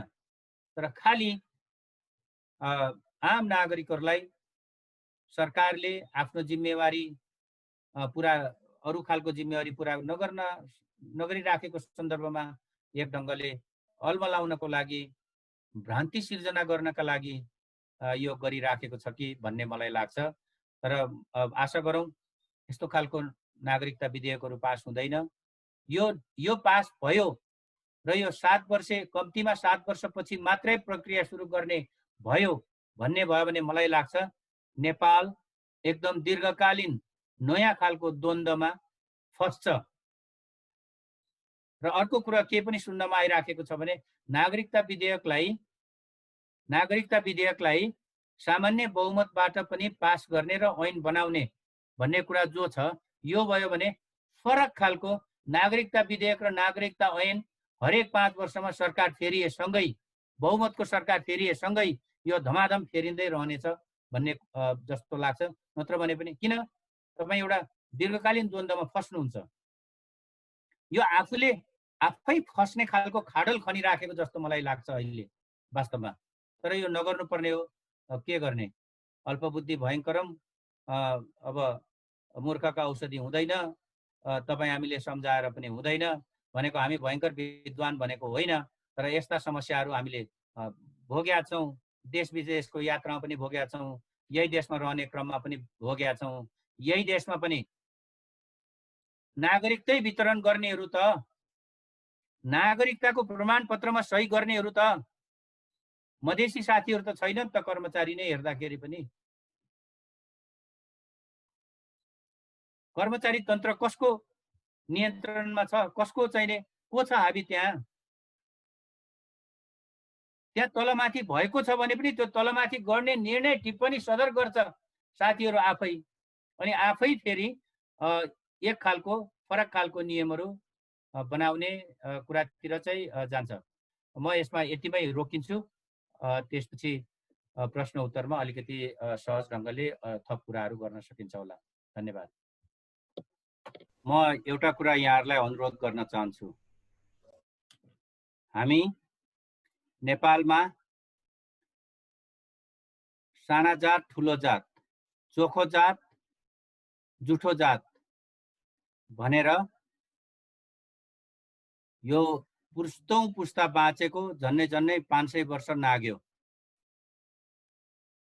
यो सन्दर्भले यो नेपाल चाहिँ, अनि हामीमा एउटा खालको कस्तो खालको राष्ट्रवाद छ भने हामीले हिमाल उठायौं एसियाको माझमा, आँगनमा एउटा बिरुवा रोप्न सकेका छैन, गीत गाएर हिँड्छ सडकमा। त्यस्तो खालको एउटा खालको भावनामा बग्ने खालको राष्ट्रवाद हामीसँग छ। अघि तपाईँ यो कल्पनाको उडानले त हिमाल त उड्दैन नि त। कल्पनाको उडान भरेर त्यो फुलचोकी डाँडा नागेर जान सकिन्छ त, नगरकोट पुग्न सकिन्छ? हामी त हिँड्न पर्यो, प्रयास गर्न पर्यो, श्रम गर्न पर्यो, अनि न हुने कुरा हो। हरेक मान्छे, आजको समाजले, आजको अध्ययनले हरेक मान्छे आफ्नो क्षमता, आफ्नो कुशलता लिएर आउँछ भनेर भन्छ। अहिले हामी दुनियाँको एजुकेसनमा डेस्टिनेसन त्यहीँ जान पाए हुन्थ्यो भनेर धेरै नेपालीहरूले चाहना गर्छ भन्छु म। मैले पनि पढ्न जान त्यहीँ चाहना गरेँ। युएसए भनेको इमिग्रेन्ट्सहरूले बनाएको देश हो। यद्यपि त्यहाँ अहिले डोनाल्ड ट्रम्प जस्तो छ, उसकै पुर्खा त्यहाँ इमिग्रेट भएर आएको युरोपबाट। हामी सानो चित्तले हाम्रो समाजलाई फराकिलो, हाम्रो देशलाई फराकिलो, हाम्रो विकासको दायरालाई फराकिलो बनाउन हामीले सक्दैनौँ। हरेक मान्छे चाइनिज उखान छ,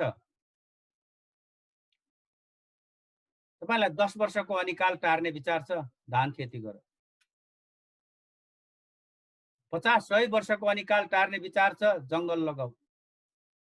100 वर्षभन्दा उताको तपाईँलाई समृद्धि र अनिकाल टार्ने योजना छ, जनसङ्ख्या बढाऊ। चाइनिज पुरानो उखान हो।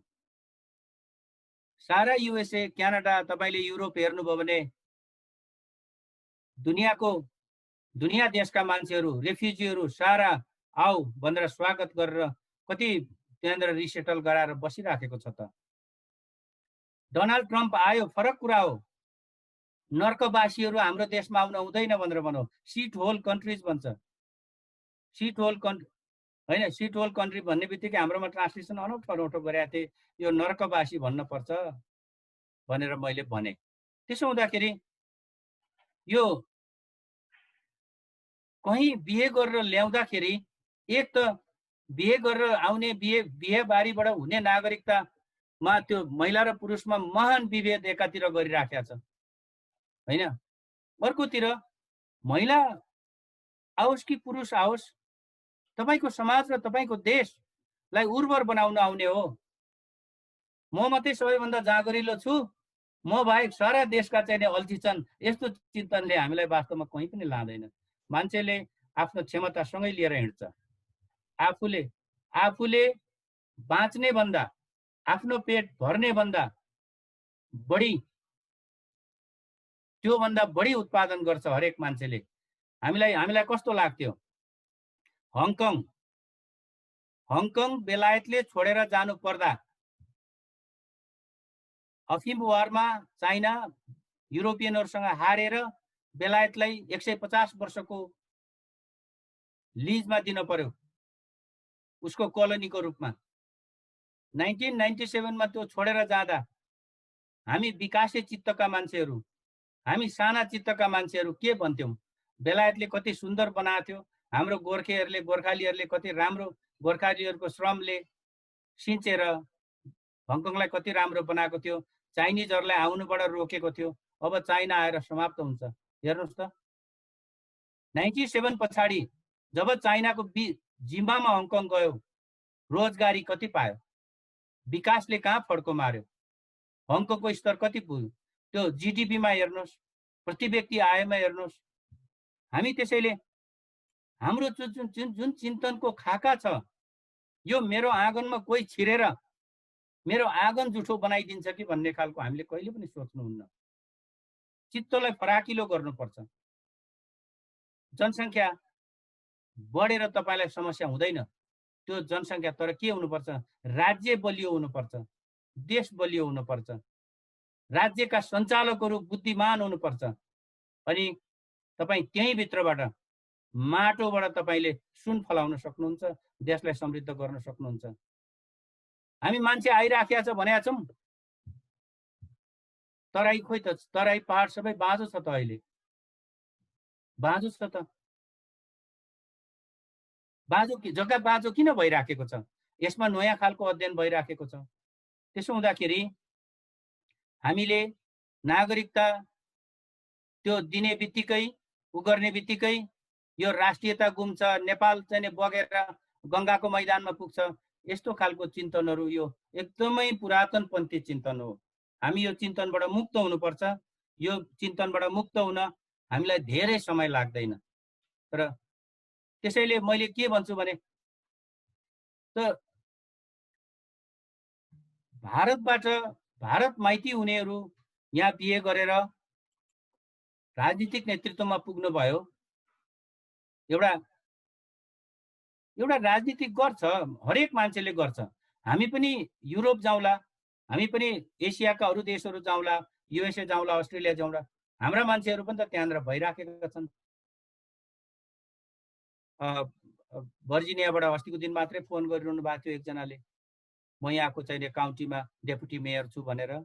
त्यसैले गर्दाखेरि यो अझ अचम्म लाग्दो कुरो त मार्क्सवादी चिन्तनबाट हुर्केकाहरू, कम्युनिस्ट इन्टरनेसनलको गीत गाएर हुर्केकाहरू, संसारमा हामी संसारकै नागरिक हौं भनेर भनिराखेकाहरू अहिले यति साँगुरो चित्तमा विकसित भएर आयो, यति साह्रो साँगुरिएर आयो।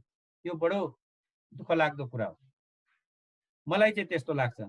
यो इमिग्रेसनको सिस्टममा मलाई एउटा मेरो मनमा मेरो प्रोफेसरले युएसएमा भनेको कुरा म यहाँहरूलाई भन्छु।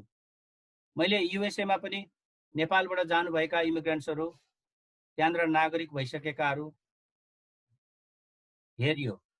कतिपय ठाउँमा न्युयोर्कतिर कुराहरू पनि गर्दाखेरि एउटा सार्वजनिक रूपमै पनि इमिग्रेन्ट्सहरू भित्र एउटा समस्या के देखिने भने नि, आफू पसेर आफू व्यवस्थित भइसक्यो, अनि आफू व्यवस्थित भइसकेपछि अब चाहिँ गजबार, दैलो ढोकाको गजबार चाहिँ बलियो लाउन खोज्ने के, त्यस्तो गर्न हुँदैन। यो नेपालभित्र बाहिरको पुरुष आए पनि महिला आए पनि एउटा क्षमता लिएर आउने हो। फेरि आजको समाजमा हैन, मेरै जातभित्र मात्रै बिहे गरोस्, एकदम मेरै हैन, यो यसरी हामीले नियन्त्रण गर्न त सक्दैनौं नि त। नेपालमा शिक्षाको अवसर छैन। हेर्नुस्, हाम्रो युनिभर्सिटीको हालत हेर्नुस्, हाम्रो स्कुलहरूको हालत हेर्नुस्। जान्छ इन्डिया हैन, जान्छ चाइना, पढ्ने क्रममा प्रेम प्रीति माया प्रीति बढ्छ। माया प्रीतिको परिणाम कस्तो हुन्छ त रुकुममा हामीले हेर्यौं। हामी त्यस्तो साँगुरो चित्तको हुनुपर्छ जस्तो मलाई लाग्दैन।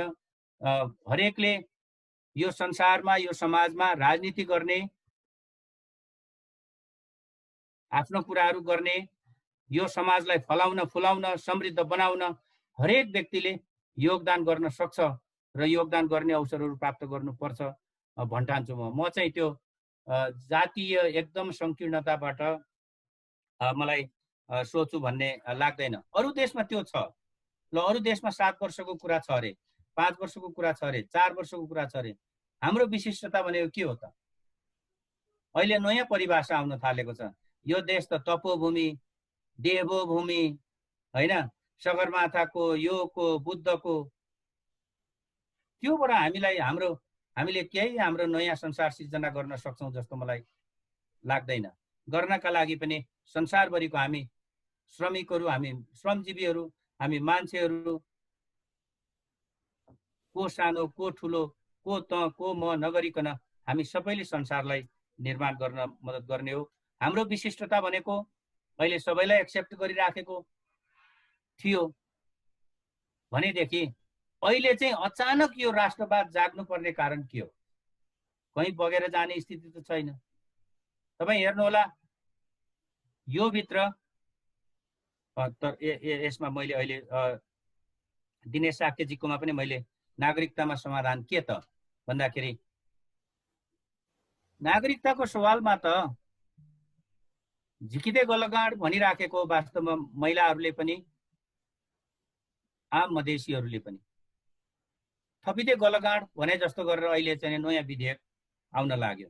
त्यसैले कम्तीमा एउटा सुधारात्मक पोइन्टहरू आउनु पर्थ्यो जस्तो लाग्छ। बेचनजीको प्रश्नको कुरामा म एउटा 2018 मा यहाँ एउटा सानो कार्यक्रम भएको थियो भूमिहीनहरूको। झापाबाट एकजना सन्थाल आउनु भएको थियो। सन्थालहरूलाई हामी आदिवासी भन्छौँ। ती सन्थालले के भन्नुभयो भने, उहाँकै कुरालाई मैले कोट गरेर मैले अस्ति ट्विटरमा राखेको पनि छु। त्यो 2018 मै राखेको छु। जुन दिन मैले त्यो सुने त्यही दिन राखेको छु। हामी सन्थाल, झापाका आदिवासी, हामीले देख्दा देख्दै हाम्रो छिमेकीमा आसामबाट आएको, आसाममा जन्मी हुर्की आएको बाहुनलाई र हाम्रो छिमेकीमा अर्काको जग्गा अध्ययन गरेर पेट पालो गर्ने बाहुनलाई वंशजको नागरिकता दियो। हाम्रो बाबु कालो देखेर होला हाम्रो बाबुको चाहिँ अङ्गीकृत छ भनेर भन्छ। त्यो कुरालाई के बनावटी मान्ने? त्यहाँतिर कमजोरी कसको? हेर्नु त, कर्मचारी संयन्त्रको। निर्वाचित प्रतिनिधिहरू त छैन। यो गएको 25 वर्ष त कर्मचारीहरूले गरेको छ नेपालमा। नागरिकता बाँड्ने भन्नुहोस् कि यो बाँड्ने भन्नुहोस् कि ऊ बाँड्ने भन्नुहोस् कि होइन। त्यसैले मैले बेचनजीकोमा चाहिँ त्यो कुरा भने। अर्को हामीले त्यसो चाहिँ भन्नु हुन्न जस्तो लाग्छ। यो अब सहज रूपमा नागरिकता वितरण गरियो भने सरिता गिरिजीहरू जस्तो चाहिँ जन्मे भने के गर्ने भन्ने खालको चिन्तनबाट चाहिँ, त्यो सोचबाट चाहिँ म मुक्त हुन चाहन्छु। नेपाली राजनीतिमा म 30 सेकेन्ड जतिमा एउटा कुरा भनेर भन्छु। हिजो आदिवासी जनजातिहरूलाई अधिकार हुन पर्यो, मुस्लिमहरूलाई अधिकार हुन पर्यो, शताब्दीौंदेखि हेपिएका पेलिएका महिलाहरूलाई चाहिँ राजनीतिक अधिकारहरू हुनु पर्यो, सीमान्तकृतहरूलाई अधिकार हुनु पर्यो र संघीयता चाहिँ त्यसरी पुनर्संरचित गरिनु पर्यो भन्दाखेरि चाहिँ संसारका सबै मानव बनेका एकै खाले हुन्। यसमा को आदिवासी, को क्षेत्री बाहुन, को जात, को महिला हुनुहुन्न। अब अहिले चाहिँ हेर्नु त साँगुर्याएर काँद्र लगेको छ। अनि हामी त्यो जसै बाहुन बाजे उसै स्वाहा गर्नु चाहिँ हुन्न होला जस्तो लाग्छ मलाई। अरू साथीहरूको पनि सरिता गिरीको केस लगायतको डम्बर चेम्जोङले डिलिङ गर्नुभयो। अरू साथीहरूले पनि राख्नु भएको छ, त्यहाँ प्रश्न स्क्रोल गरिराख्नु नै भएको छ भन्ने छ। मैले युग पाठक ज्यूलाई, राजनीतिक विश्लेषक युग पाठक ज्यूलाई फ्लोर लिन हार्दिक अनुरोध गर्दछु। र यो अझ अर्को एउटा कुरा चाहिँ हामीले यो नागरिकताको सन्दर्भमा सोध्दा डाक्टर चेम्जोङले भन्नुभएको कुरामा रिफरेन्समा चाहिँ हामी जो क्रस बोर्डरमा बस्ने जनजातिहरू को कुराहरू, चाहे त्यो इलामको सिमानामा बस्ने होला अथवा माथि नर्दर्न साइडमा होला अथवा दार्चुलामै होला, ब्यासी सौकाकै कुरा, अथवा तपाईँको जहाँ हामी क्रस बोर्डर एरियामा बस्छौँ त्यो एरियामा बस्नेहरूको समस्याको बारेमा पनि केही तपाईँको केही रेफरेन्सहरू छन् भने त्यो के एकै हो कि अथवा डिफ्रेन्स हो कि अझ अहिलेको सन्दर्भमा त हाम्रा धेरै मान्छे विदेशहरू छन्, युरोप छन्, अमेरिका छन्, अथवा एउटा खालको त्यहाँ पुगिरहेछन्। फेरि त्यहाँको मान्छेहरू नेपाल फर्किने, जो वंशज यहाँ छ नेपाल फर्किने स्थिति आइसक्यो भने यो अहिलेको यो राष्ट्रियताको आवरणभित्र पर्यो। राष्ट्रियताले नागरिकतालाई एउटा यो राष्ट्रियता र नागरिकता जोडिएको यो अन्तर सम्बन्धित जालोभित्र यसलाई हामीले कसरी बुझ्ने होला, यो कुरासँग पनि डिलिङ गर्दै अरू कुराहरू पनि डिलिङ गर्दैन मैले। प्लिज यु पाठकज्यूलाई floor, take the floor please, you Pathak sir. Damar सरले जसरी कुरा राख्नुभयो तपाईँलाई धन्यवाद छ। डमर सरको कुराबाट धेरै कुरा बुझिसकियो जस्तो लाग्छ मलाई। के फ्याक्चुअल कुरामा चाहिँ म कुनै समय म आफ्नो अनुभव तपाईँहरूलाई बताउन चाहन्छु। मधेसको बारेमा मैले एउटा उपन्यास लेख्ने क्रममा लामो रिसर्च गरेँ। त्यो रिसर्च गरिसकेपछि र त्यो रिसर्च गर्नुभन्दा अगाडिको मेरो बुझाइ धेरै फरक परेको कुरा तपाईँहरूलाई जानकारी गराउन चाहन्छु। र यहाँ धेरै साथीहरूले जुन तथ्य भनेर जे कुरा राखिराख्नु भएको छ, यो चाहिँ म रिसर्च गर्नुभन्दा पहिला मलाई पनि यस्तै यस्तै कुरा बताइएको थियो र नेताहरूले या कसैले बताइदिए भनेपछि कस्तो हुन्छ भने आजकल चाहिँ फेक न्युज भन्ने कुरा आएको छ सोसियल मिडिया आएपछि। र फेक न्युज कहाँबाट आउँछ, कसरी आउँछ भने धेरै किसिमका रिसर्चहरू भएको छ। तर मैले चाहिँ धेरै ठाउँमा हेर्दाखेरि के देख्छु भने फेक न्युज चाहिँ सबभन्दा बढी पोलिटिसियनहरूले र पावरफुल मान्छेहरूले फैलाउँछन्, अनि त्यसलाई बाँकी ककलले टिपेर कहाँ कहाँ पुर्याउँछ आफ्नो ठाउँमा भयो। र नेपालमा पनि यो नागरिकताको सन्दर्भमा धेरै फेक कुराहरू छ। जस्तो कि यहाँ एकजनाले भन्नुभयो, टेक गुरुङले भन्नुभयो के अरे गोरखपुरियाहरू नौतनवालाहरू आएर बोलवाला भयो उनीहरूको भन्नुभयो, यो फेक कुरा हो, यस्तो हुँदैन। आदिवासीहरूमा नागरिकताको समस्या छैन भन्नुभयो, सबभन्दा ठुलो समस्या नै आदिवासीमा हो। मैले अलिकति अगाडि व्याख्या पनि गरेँ, तपाईँको मल्लकालदेखि नै यो नेपाल उपत्यकाको दरबारसँग रिलेसन भएको तपाईँको मिथिला भोजपुराका ब्राह्मण र कायस्थहरू त चलाखुल, उनीहरूले त जसोतसो आफूलाई आफ्नो अस्तित्व जोगाएका छन्। उनीहरूलाई धेरै ठुलो समस्या भएको होइन, ठुलो समस्या भएकै मधेसका आदिवासी र दलितहरूलाई हो। सबभन्दा नागरिकता विहीनताको समस्या दलित र आदिवासीको। सन्थालको अघि डम्बर सरले पनि भन्नुभयो, सन्थालहरूको त तपाईँको एउटा रिसर्चले त 2 लाख भन्दा बढी नागरिकता विहीन मानिसहरू देखाएको थियो, सन्थाल लगायत त्यहाँको राजवंशी लगायत आदिवासीहरू जति छन्। र देशभरि नै सबभन्दा ठुलो नागरिकताको समस्या आदिवासीको हो। र जतिलाई नागरिकता दियो त्यो पनि अघि डम्बर सरले प्रसङ्गवश भन्नुभयो, एकदमै धेरै मानिसलाई कालो अनुहार हेरेर नेपाली भाषा बोल्न जानेन भनेको आधारमा अङ्गीकृत नागरिकता दिएको छ, जसको यहाँ चाहिँ परापूर्व कालदेखि बसोबास छ। तर अब मधेसमा के अरे मधेसमा त तपाईँको सेकेन्ड वेभ माइग्रेसन भनेर अघि यहाँ कसले भन्नु पनि भएको छ कमेन्ट च्याटमा। सेकेन्ड वेभ माइग्रेसन चाहिँ जुन भयो, त्यो माइग्रेसनमा चाहिँ मधेसमा आसामबाट, मिजोरमबाट होइन, तपाईँको बर्मादेखि लिएर टोलै छ। झापामा त आसामे टोल, यसो धेरै ठाउँमा छ, झापा मोरङ आसामे टोल, धेरै किसिमको टोलहरू जो पहाडिया चाहिँ हाम्रो जस्तो अनुहार भएको र यो तथाकथित राष्ट्रभाषा बोल्न जान्नेलाई सजिलै नागरिकता दिइएको छ र टोल नै बसाइएको छ। त्यो बसाइएकोमा मेरो कुनै आपत्ति होइन, बसाइनु कुनै गलत हो भनेको होइन। तर त्यो जसरी पहाडिया फेसलाई व्यवहार गरियो, त्यो मधेसी फेसलाई त्यसरी व्यवहार गरिएन। पहाडिया फेसको धेरै मान्छेहरूसँग अहिले पनि दोहोरो नागरिकता छ, भारतको पनि नागरिकता छ, नेपालको पनि नागरिकता छ। नेपालमा आएर तपाईँको पुरानो नाता गोता केलाएर त्यहाँ गएर नाता मिलाएर ट्याक्क वंशजकै नागरिकता निकालिसकेको हुन्छ। एकदमै धेरै उदाहरणहरू छन् यस्ता। तर तपाईँको नौतनवाको र गोरखपुरको चाहिँ लाई खाइ आएको कोही पनि मान्छे नेपालमा आएर नेपालको नागरिकता लिँदैन। अब दोहोरो नागरिकताको समस्या त्यहाँ पनि छ, जस्तै वीरगञ्जमा छ, अरू धेरै टाउनहरूमा छ, काठमाडौँमै पनि होला। किनभने यहाँ कस्तो छ भने तपाईँको भनौँ न अहिले यहाँ सोसियल मिडियामै कुरा चलिरहेको थियो, अब नेपालको दरबारमा बिहा गरेर आएपछि त 7 वर्ष कुर्नु पर्दैन नि त होला होइन। दरबारमा बिहा गरेर आएपछि त बिहा गरेकै दिन नागरिक भइहाल्यो, कुनै नागरिकता बनाउने झन्झट पनि पर्दैन। शक्तिशाली मानिसहरूको बिहाबारीमा पनि त्यस्तो छ, उनीहरूलाई कुनै समस्या पर्दैन त्यसमा। धेरै भारतबाट चाहिँ नेपालमा बिहेबारी शक्तिशाली मानिसहरूको परिवारमा पनि हुने गर्छ। र अनि जुद्ध शमशेरको पालामा नेपालमा पहिलो पटक औद्योगिकरणको सुरुवात हुँदाखेरि भारतका माडवारी र अरू चाहिँ व्यापारी समुदायका मानिसहरूलाई नेपालमा बकाइदासित नागरिकता दिएर सबै सुविधा दिएर नेपालमा लगानी गर्न भित्राइएको थियो। उनीहरूलाई अब आज आएर यो भारतीय हो भन्न मिल्छ र? उनीहरू आए, लगानी गरे, यहाँको राज्य सत्ताले निम्ति आएको र नेपालका धेरै मान्छेहरू भारतमा गएर नागरिकता लिएर बसेका छन्।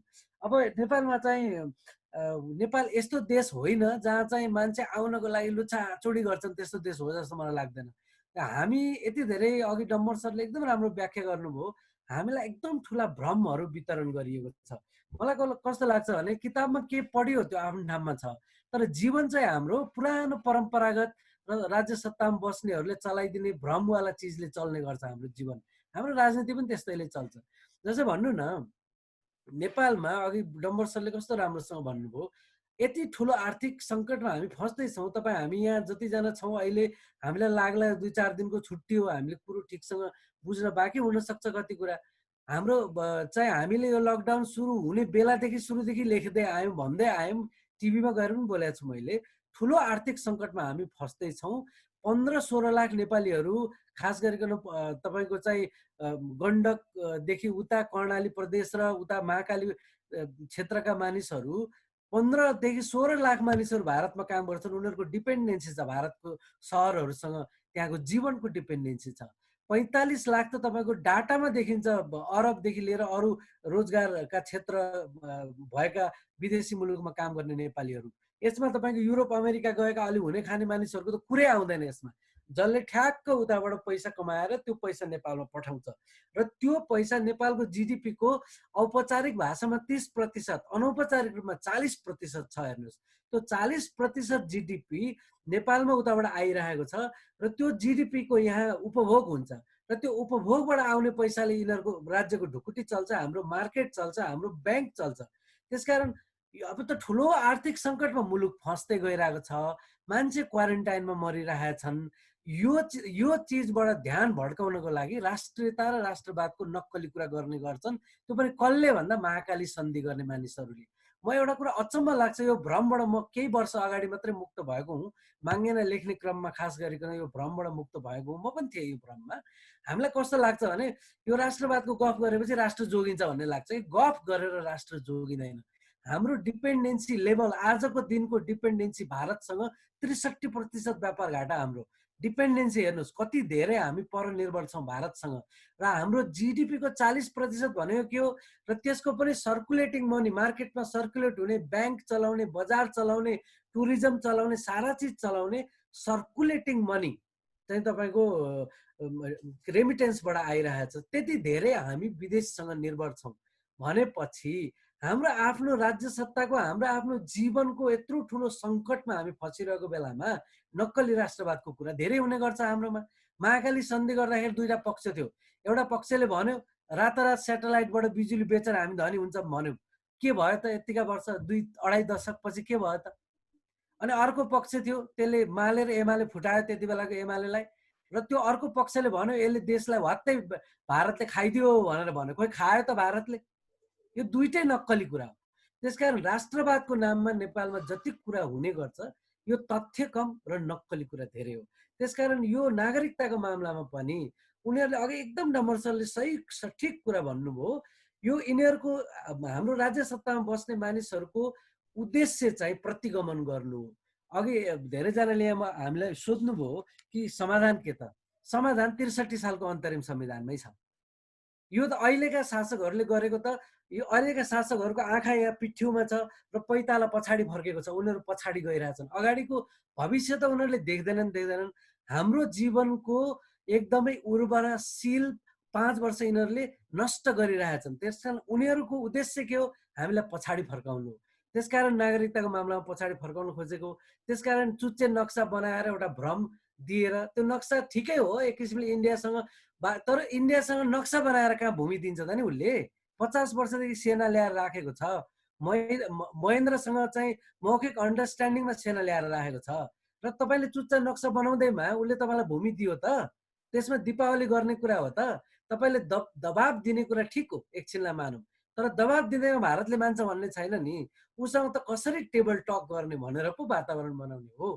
तपाईँको अङ्ग्रेजका पालादेखि गरेको 15 किसिमका सन्धि, 15 किसिमका सम्झौता, एउटालाई अर्कोले काट्छ, अर्कोलाई अर्कोले काट्छ। त्यो पत्रिकामा चाहिँ चाहिँ राष्ट्रवाद जागेका बेलामा केही सेलेक्टेड आफूलाई मन लागेको आफूलाई पुष्टि हुने केही तथ्यहरू ल्याएर देखाइदिएको भरमा तपाईँ हामीले त्यही मात्रै विश्वास गरेर कुदेर हुन्छ। अन्तर्राष्ट्रियकरण भन्छन्, अन्तर्राष्ट्रियकरण गरेर केही हुँदैन। संसारमा धेरै उदाहरणहरू छन्।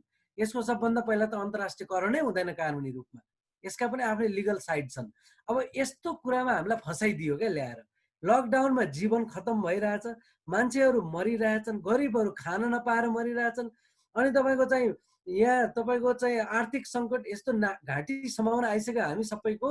अहिले तपाईँको कान्तिपुरको मात्रै एउटा उदाहरण, कान्तिपुरका मात्रै 3टा पब्लिकेसन बन्द भए। साप्ताहिक नारी र नेपाल म्यागजिन बन्द भयो। त्यसका पत्रकारहरू बेरोजगार भए आजका दिनदेखि। यस्तो अवस्था छ तपाईँको टुरिज्ममा चाहिँ। तपाईँको पुरै टुरिज्म डाउन छ र अर्को कति समय डाउन हुने हो थाहा छैन। त्यसले हजारौँ मान्छेको रोजगारी गइसक्यो। हजारौँ तपाईँको त्यसबाट आउने पुँजी, त्यसबाट चलेको व्यवसायहरू, त्यसको चाहिँ यातायातदेखि होटेलदेखि अरू चाहिँ बिजनेस व्यापारदेखि सेवा व्यवसायदेखि तपाईँको चाहिँ त्यसको चाहिँ गाइड गर्नेदेखि भरियासम्मको चाहिँ जीवनको आर्थिक कमाइ सकिसक्यो र मान्छेको यो सबैको हातबाट पैसा फुत्किरहेछ। अलिअलि जमाएर राखेको पैसा सकिसक्यो। अब सरकारको ढुकुटी पनि रित्तिसक्यो। कसले चाहिँ जोगाउँछ हामीलाई यस्तो बेलामा?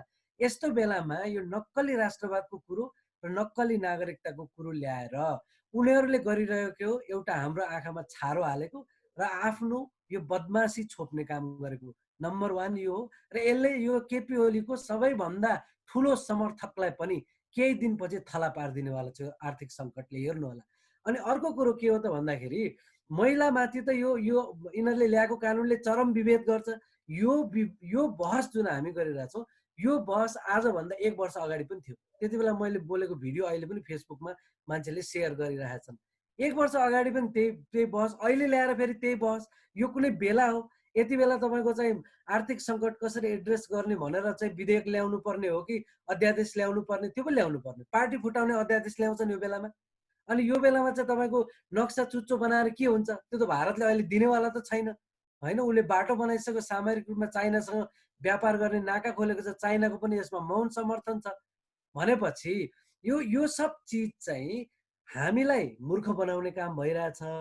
र जति तथ्यको भनेर ल्याइराखेका छन् त्यो तथ्य भनेको पनि अधिकांश मिथ्याङ्क छ। र मैले अघि नै भनिहालेँ 2टा उद्देश्य हो यसको। पछाडि आँखा राखेका र पछाडि पैताला फर्काएका मानिसहरू हुन्। यिनीहरू पछाडि हिँड्न चाहन्छन् किनभने यिनीहरूलाई 62-63 को आन्दोलनदेखि नै गणतन्त्र आएको नै मन परेको थिएन। त्यसकारण यिनीहरू प्रतिगमन गर्न चाहन्थे। यो नागरिकता विधेयक पनि प्रतिगमन हो। खस आर्यलाई आरक्षण दिने भन्ने कुरा पनि प्रतिगमन हो। उनीहरू त के चाहन्छन् भने आदिवासी जनजातिका नाममा छुट्याइएको जो अलिअलि कोटा छ त्यो कोटा पनि नष्ट गर्न चाहन्छन्। अब तपाईँको प्रदेश बनाउने कुरा, स्थानीय निकायमा चाहिँ पहिचान चाहिँ संस्थागत गर्ने कुरा त खाइ नै सके, संविधानबाटै खाइसके। र अलिअलि भएको त्यो सङ्घको नक्कली जुन प्रदेशहरू बनाएको छ त्यसलाई पनि सिडिओ लगेर गोलमाल बनाइदियो। जुन सिडिओ, जुन जिल्ला तपाईँको संविधानले नै चिन्दैन। संविधानमै छैन जिल्ला भन्ने। हाम्रो 3 तहको जम्मा हाम्रो राज्यको संरचना हो। जिल्ला भन्ने छँदै छैन भने नभएको जिल्लाको सिडिओलाई सबैभन्दा शक्तिशाली बनाएर कानुनले संविधान काटिरहेछ। यस्तो गरेर प्रतिगमन गर्ने उनीहरूको उद्देश्य अनुसार यो आएको हो। त्यसकारण यसले महिलालाई दोस्रो दर्जाको नागरिक बनाउने, राष्ट्रिय सुरक्षाको हवा पिटेर तपाईँ हामीलाई मूर्ख बनाउने र चाहिँ मानिसहरूलाई चाहिँ दोस्रो दर्जाको नागरिक बनाउने, खास गरिकन मधेसीहरूलाई दोस्रो दर्जाको नागरिक बनाउने। सरिता गिरीको मामलामा तपाईँहरूलाई एउटा कुरा प्रश्न भन्न चाहन्छु। सरिता गिरीले भनेको के हो ध्यानले सुन्नुहोस्। एउटा यहाँ त राष्ट्रवादको कस्तो त्यो राष्ट्रवादको हवा चलेपछि कस्तो हुन्छ भने हामीले आदिवासी जनजातिको कुरा उठायो भनेर सबैभन्दा बढी विदेशीको प्रोजेक्ट ल्याएर खानेहरूले हामीलाई युरोपियन युनियनको पैसा खाएको दलाल हो भन्छ। अब लाग्छ कि यस्तो कुरा चाहिँ के हो भने यो तथ्यभन्दा बाहिर गएर कुरा भइरहेछ क्या। त्यो नक्सा पनि नक्कली हो। पहिला त यो कुरा बुझ्नुहोस्, त्यो नक्साले केही गर्नेवाला पाप धुने साधनको रूपमा त्यसलाई प्रयोग गर्न लागि छ, 1 नम्बर।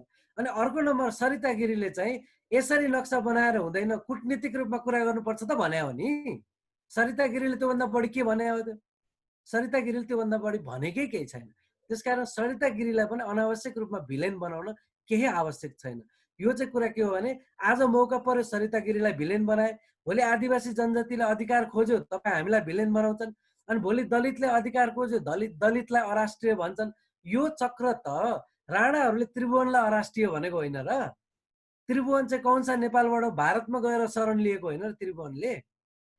यो तपाईँको चाहिँ यो नेपाल जस्तो देश जसको दुईटा छिमेकीहरू शक्तिशाली छन्, त्यसमाथि एमसीसीको अघि कुरा गर्नुभयो एकजना साथीले, एमसीसी जस्तो परियोजना लिएर तपाईँको विश्व ब्याङ्क, आइएमएफ, अमेरिका सबै ठुला शक्ति राष्ट्रहरू नेपालको राज्य सत्ताको नाभिमा यसरी पकडेर बसेका छन् भने हामी चाहिँ नक्कली कुरा झिकेर यदि तपाईँ साँच्चीकै राष्ट्रिय सुरक्षा चाहनुहुन्छ भने एमसीसी गर्ने बेलामा सोच्नुपर्छ कि पर्दैन? एमसीसी त तपाईँको कुनै सेना ल्याएर होइन, एमसीसी यत्तिकै पैसा मात्रै लिए पनि तपाईँको चाहिँ साउजीहरूले के गर्छन्, साउजीले ल तिम्रो छोरीको बिहा गर भनेर तपाईँको के अरे 50,000 रुपियाँ दिन्छन्, अनि त्यो 50,000को उता अङ्क जोडेर 5 लाख बनाउँछ जिरो थपेर, अनि तपाईँलाई त्यसको वरिपरि गाँजेर जिन्दगीभरि दास बनाउँछ। त्यही होइन उनीहरूले गर्ने। अनि हाम्रो राज्य सत्तामा हाम्रो बजेट बनाउने मामलामा विश्व ब्याङ्क डाइरेक्टली इन्भल्भ हुन्छ भन्ने तपाईँहरूलाई थाहा छ कि छैन? थाहा छैन भने आजदेखि थाहा पाइराख्नुहोस्। विश्व ब्याङ्कले हाम्रो बजेट बनाउने मामलामा डाइरेक्ट इन्भल्भमेन्ट हुन्छ विश्व ब्याङ्कको।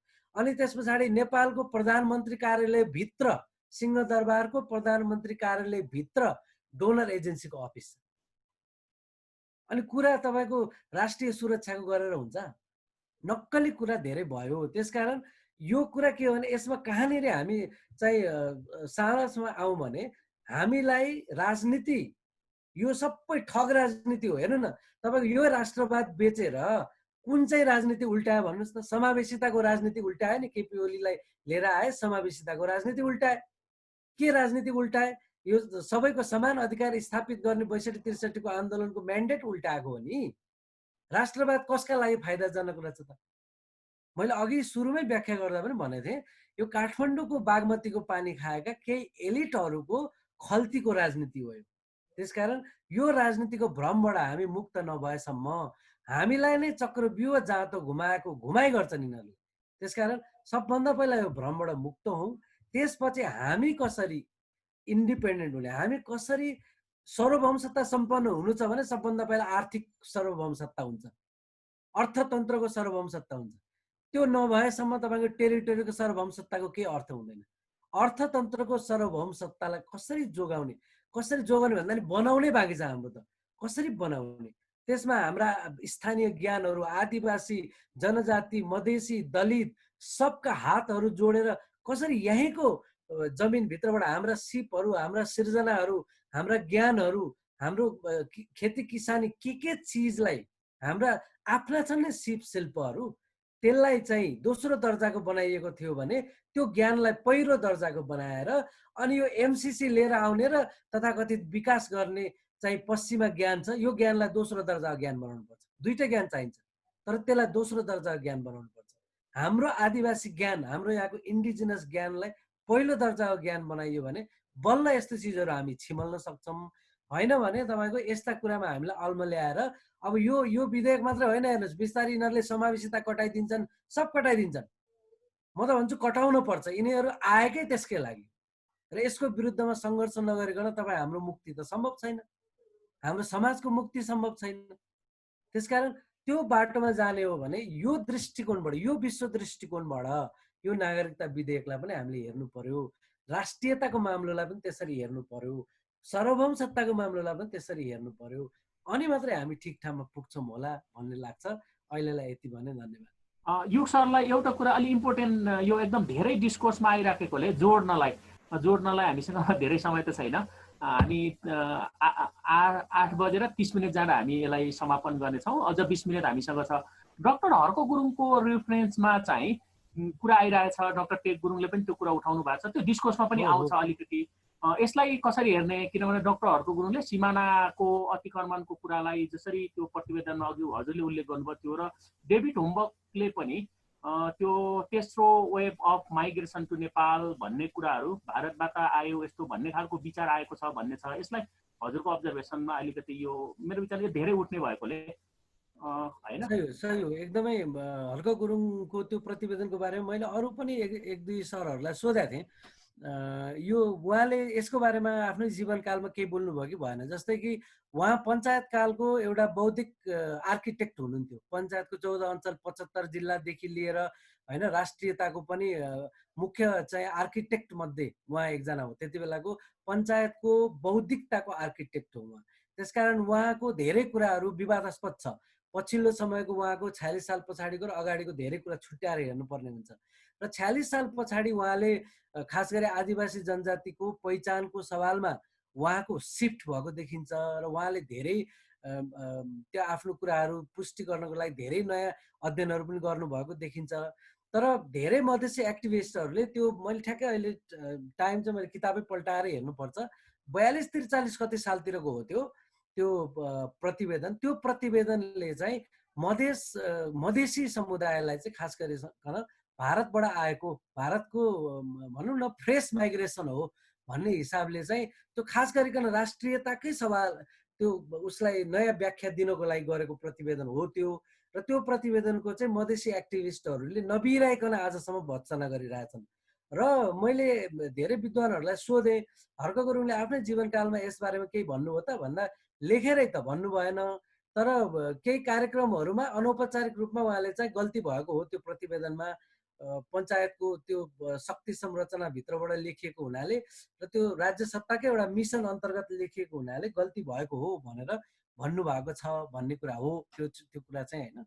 अब जहाँसम्म नेपालको विभिन्न वेब माइग्रेसनको कुरा छ त्यो चाहिँ भनौँ न तपाईँको कति हो र तपाईँको करिब 20-22 सालदेखि त हो राम्रोसित नागरिकता सागरिकता इधर उद्धर गर्न लागेको। नत्र भने त यहाँ त मान्छेको फ्लो त चारैतिरबाट यहाँबाट मान्छे बाहिर जाने बाहिरबाट यहाँ कहाँ भिसा थियो र? नेपालको चाहिँ तपाईँको पृथ्वीनारायण शाहले जित्नु भन्दा अगाडिदेखि र खास गरी पृथ्वीनारायण शाहले एकदम ब्लडी वार सुरु गरेर यहाँको व्यापक ठुलो सङ्ख्यामा मानिसहरूलाई आतङ्कित बनाएर ठुलो सङ्ख्यामा मान्छेहरू यो चाहिँ उनको विस्तारवादी युद्धको क्रममा मारेको हुनाले त्यो बेलामा चाहिँ आदिवासीहरू लिम्बूहरू किराँतहरू धेरै जनजातिहरू भागेर तपाईँको उता अहिले भारत भनिएको ठाउँमा पुगेका छन्। दार्जिलिङै त्यसरी बनेको हो होइन। पछि पहिलो विश्वयुद्ध दोस्रो विश्वयुद्धमा पनि मान्छे उता पुगेका छन्।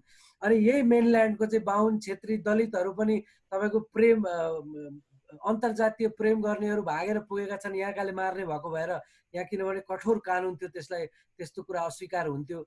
र अनि त्यस पछाडि तपाईँको चाहिँ धेरै बाहुन क्षेत्री समुदायकै पनि मानिसहरू जब अलिक गरिब हुँदै आए पुस्ता दर पुस्ता हुँदै गएपछि अनि यहाँको साहुकारिताले निचोरेर सिद्धाउन लागेपछि त्यो ऋणको चक्रवृद्धि ब्याजको जन्जालमा परेपछि धेरै मान्छे भागेर बर्मा भुटानसम्म पुगेका हुन्। त्यसकारण यो अनेक किसिमको माइग्रेसनको वेब त यो रिजनमा चलिरहेकै छ। त्यसकारण यसलाई राष्ट्रियताको परिभाषाभित्रबाट भन्दा मानिस र मानवताको परिभाषाभित्रबाट हेर्नुपर्छ। र राष्ट्रियताको परिभाषा चाहिँ यदि तपाईँले चाहिँ मुलुकलाई गतिलो बनाउने मुलुकको विकास गर्ने मान्छेको सहितको विकास मान्छेको उन्नयन सहितको विकास समानता सहितको मान्छेको आत्मसम्मान सहितको विकास गर्ने हो भने चाहिँ त्यति बेला हामीले हाम्रा राष्ट्रहरू चिन्नुपर्ने हुन्छ। राष्ट्र मात्रै चिनेर पुग्दैन। क्यानाडियनहरूसँग अमेरिकन युएस वालाहरूसँग उनीहरूकोमा डुअल सिटिजनसिपको व्यवस्था छ अघि। अब चुनाव हुन्छ होइन अनि त्यो ट्रम्पले जितेपछि यति निराशा हुन्छ कि हैरान। अब हिलरी क्लिन्टनले जित्छ भनेर सबै मिडियाले भनिराखेको अनि पछि फट जित्यो चाहिँ डोनाल्ड ट्रम्पले। अब म त क्यानाडा जाने युएसए नबस्ने म त युके जाने। डुअल सिटिजनसिपको व्यवस्था त्यता छ अघि।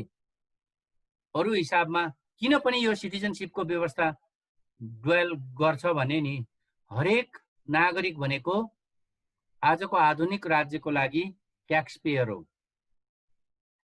तपाईँले नागरिकता दिँदाखेरि तपाईँको देश कङ्गाल हुने होइन कि राष्ट्रियता कङ्गाल हुने होइन कि एउटा ट्याक्स पेयर थपियो। त्योबाट ट्याक्स लिनको लागि राज्य संयन्त्र स्मार्ट हुनु पर्यो र चलायमान र व्यवस्थित हुनु पर्यो। त्यसैले गर्दाखेरि डुअल सिटिजनसिपको व्यवस्था पनि अरूतिर चाहिँ छ। अब हाम्रो यहाँ हरेकमा हेर्नुहोस् है, हरेक प्रक्रियामा तपाईँको डेट अफ बर्थ सोध्छ। अहिले यहाँनिर नेसनल आइडेन्टिफिकेसन कार्ड वितरण गर्ने त भन्छ, तर नेपालको नेसनल आइडेन्टिफिकेसन कार्डको त्यो इन्डिभिजुअलहरूको त्यो प्राइभेसी हुन्छ नि, हामी व्यक्तिको जुन प्राइभेसी हुन्छ नि, त्यो यति मिसयुज हुन्छ भन्ने मलाई लाग्छ।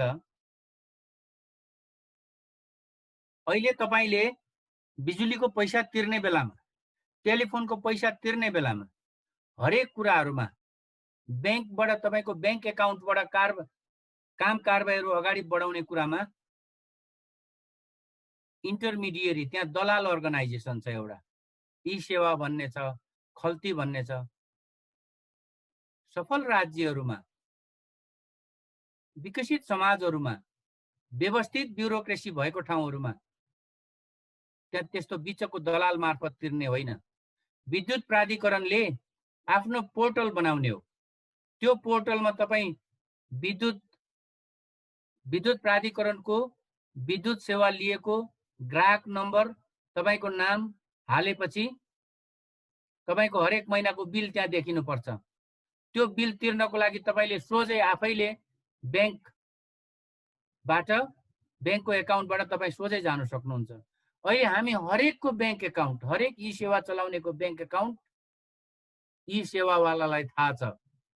यस्तो खालको सिस्टम छैन युरोप अमेरिकामा। तपाईँले तेल किन्ने ठाउँमा होस्, सोझै तपाईँको एकाउन्टबाट पैसा जान्छ। तपाईँले विद्युत सेवा, तपाईँले टेलिफोन सेवा, तपाईँको स्कुलका फीहरू, तपाईँको डेरा भाडा, हरेक कुरा लिने संस्था जुन हो त्यसले सोझै तपाईँको ब्याङ्कबाट तपाईँ मार्फत तपाईँले सिग्नेचर गरेर तपाईँले एकाउन्ट नम्बर त्यहाँनिर हालेर तपाईँको एकाउन्टको पैसा त्यहाँनिर जान्छ। तिर्दाखेरि उसले तपाईँको प्राइभेसीको ग्यारेन्टी, त्यो प्राइभेसी सिक्योर गर्ने कुराको ग्यारेन्टी उसले जहिले पनि गर्नुपर्छ। उसकोबाट तपाईँको प्राइभेसी खुस्क्यो भने तपाईँ त्यस बापत मुद्दा लाउन सक्नुहुन्छ। नेपालमा त के बिचमा दलाल आएछ, जग्गाको दलाल जस्तोहरू, ई सेवा छ, खल्ती छ, सरकार यहाँ अत्यन्त कमजोर छ हगि। अनि जम्मा जम्मी के छ, नागरिकता। अनि हरेक ठाउँमा तपाईँले डेट अफ बर्थ भन्नु पर्ने हुन्छ। विकसित समाजहरूमा, विकसित राज्यहरूमा विकसित ब्युरोक्रेसी, सिस्टमेटिक ब्युरोक्रेसी भएको, कर्मचारी तन्त्र भएकोमा उनीहरूसँग तपाईँको सोझो सम्बन्ध हुन्छ डेट अफ बर्थसँग। किनभने तपाईँको नाम गोविन्द छन्त्यालजी, म पनि गोविन्द छन्त्यालजी हुन सक्छु, हाम्रो डेट अफ बर्थ नमिल्न सक्छ। सो डेट अफ बर्थ र नेम, लास्ट नेम, त्यसमा पनि थर कहीँ पनि सेयर हुँदैन उता। तपाईँको सोसियल सिक्युरिटी युरोपमा पनि, युएसएमा पनि, क्यानाडामा पनि, अस्ट्रेलिया, सोसियल सिक्युरिटीमा त्यो एकदम गोप्य रहने कुरा हो। तपाईँले ब्याङ्क एकाउन्ट खोल्दाखेरि पनि त्यो हाल्नु पर्दैन। यहाँनिर त नागरिकता बन्न थालेको अघि युग सरले भन्नुभयो 2020 सालबाट 2022-25 सालमा बितेको मेरो हजुरआमाको नागरिकता माग्छ बा ब्याङ्कले, तपाईँले खाता खोल्नुभयो भने। अहिले धन्न अनेक खालको चाहिने लफडा झपडा भएपछि ब्याङ्कले त्यो कुराहरू, यहाँ नियमहरू बनाउने कुरा, फारमहरू बनाउने कुरा कसले बनाउँछ मलाई अचम्म लाग्छ। त्यसैले यो नागरिकताको चिरकटो बाहेक नेपाल राज्यसँग तपाईँलाई दिनु केही पनि छैन। यसले यो त्यो अनेक खालको गफ गर्छ नि, यो सुविधा दिन्छु, त्यो सुविधा दिन्छु, सोसियल सामाजिक सुरक्षा, दैत्यरी के दिन्छ यार, आफैलाई खान पाएको छैन, दिन्छ तपाईँलाई। अहिले अरू राज्यहरू हेर्नुहोस् त, साउथ इस्ट एसियाको राज्यहरू, थाइल्यान्ड हेर्नुहोस्, हङकङ एउटा चाहिँ नि स्पेसल अटोनोमस एडमिनिस्ट्रेटिभ रिजन मात्रै हो। त्यहाँ हरेक रेस्टुराँमा, हरेक सानातिना चाहिँ नि इन्टरप्रेनरसिपहरूमा त्यहाँ काम गर्ने कर्मचारीको, त्यहाँ काम गर्ने मजदुरहरूको आधा तलब 6 महिनासम्मको लागि सरकारले तिर्दिन्छु भनेर गरेको छ। भाडा तिर्दिन्छ, यहाँ मुखले भन्छ भाडा नल्याऊ भनेर। काठमाडौँको सिचुएसन डेटा छैन, घरवाला भन्दा भाडावाला धनी छ काठमाडौँमा, हो कि? भाडा नलिएदेखि भाडावाल चाहिँ सम्पन्न भएर बस्छ, घरवाला चाहिँ भात खान पाउँदैन। त्यस्तो स्थिति छ काठमाडौँमा कतिपय ठाउँमा। कतिपय ठाउँमा विदेशमा भएका मान्छेहरू पनि छन्, तर हामीसँग डेटा छैन। अनुसन्धान भन्यो भने सामाजिक अनुसन्धान, डेटाको लागि अनुसन्धान भन्यो भने हाम्रो सरकारको हालत के छ भने अनुसन्धान भनेको त अपराध कर्मको लागि पुलिसले गर्ने अनुसन्धान पो अनुसन्धान हो त भनेर बुझ्न बेर छैन। रिसर्चसँग सम्बन्धै छैन, डेटासँग सम्बन्धै छैन। सो यो नागरिकताको त कुरा छोडिदिउँ। त्यसैले नागरिकता भन्ने कुरा कतिपय देशहरूमा मैले अझै पनि हाम्रो व्यक्तिगत क्षमता, व्यक्तिगत कुशलतालाई बढी प्राथमिकता दिन चाहन्छु। सारा हैन 40औं लाख 50औं लाख नेपाली युवा भएका काम गर्ने दक्ष जनशक्ति र काम गर्ने जनशक्ति त विदेशमा छ। तपाईको बारी बाँझो छ, तपाईको खेत बाँझो छ। हामी कृषि प्रधान देश भन्यौं, अहिले पनि मलाई लाग्छ, भन्छौं मलाई 1970 को दशकसम्म मात्रै हामी धान निर्यात गर्न सक्थ्यौं। 1970-80 को दशकसम्म हाम्रो राष्ट्रिय बजेटको राष्ट्रिय आम्दानीबाटै हाम्रो चाहिँ वार्षिक बजेटहरू, विकास बजेटहरू पनि अलिकति छुट्टिन्थ्यो। 1990 को दशकभन्दा यता आएर हामी सम्पूर्ण रूपमा विदेशी अनुदान र ऋणमा हाम्रो विकास बजेटहरू बन्छ। कर्मचारीले खाने तलब समेत पनि हामी अन्तशुल्क, भन्सार जस्तो कुराहरू, भन्सारको कुरा गर्छु। हाम्रो देश, हाम्रो सरकार कतिसम्म फरक खाले छ भने चाइना र अमेरिकाको ट्रेड वारको कुरा बुझ्नुस् तपाईँ। चाइना र अमेरिका बीचमा चाहिँ युएसए बीचमा ट्रेड वार हुने भयो भने, युएसए र मेक्सिको बीचमा ट्रेड वार हुने भयो भने के गर्छ? भन्सारको शुल्क बढाउँछ। यसको मतलब के हो? तिम्रो देशको उत्पादनलाई भन्सार शुल्क बढी लगाइदिन्छु र त्यहाँको शुल्कलाई, त्यहाँको उत्पादनलाई मेरो देशको उपभोक्ताले किन्दैन, अनि मेरो देशको उपभोक्ताले अर्को देशको किन्छ र तिम्रो व्यापार डाउन हुन्छ। भन्सारको शुल्क बढाउनु भनेको अरू देशमा ट्रेड वारको परिणाम हो, ट्रेडमा कम्पिटिसनको परिणाम हो। हाम्रोमा भन्सार शुल्क किन बढाउँछ? कर्मचारीले तलब खानलाई, आय राजस्व वृद्धि गर्नलाई। अचम्म छैन यार? भारतसँग अहिले राष्ट्रवाद र राष्ट्रियताको न्यूमा अनेक खालको न्यू खोजिराखेको छ, न्यू खोजिराखेको छ नेपालले, हगि? अनि भन्सार शुल्क चाहिँ बढाइराखेको छ।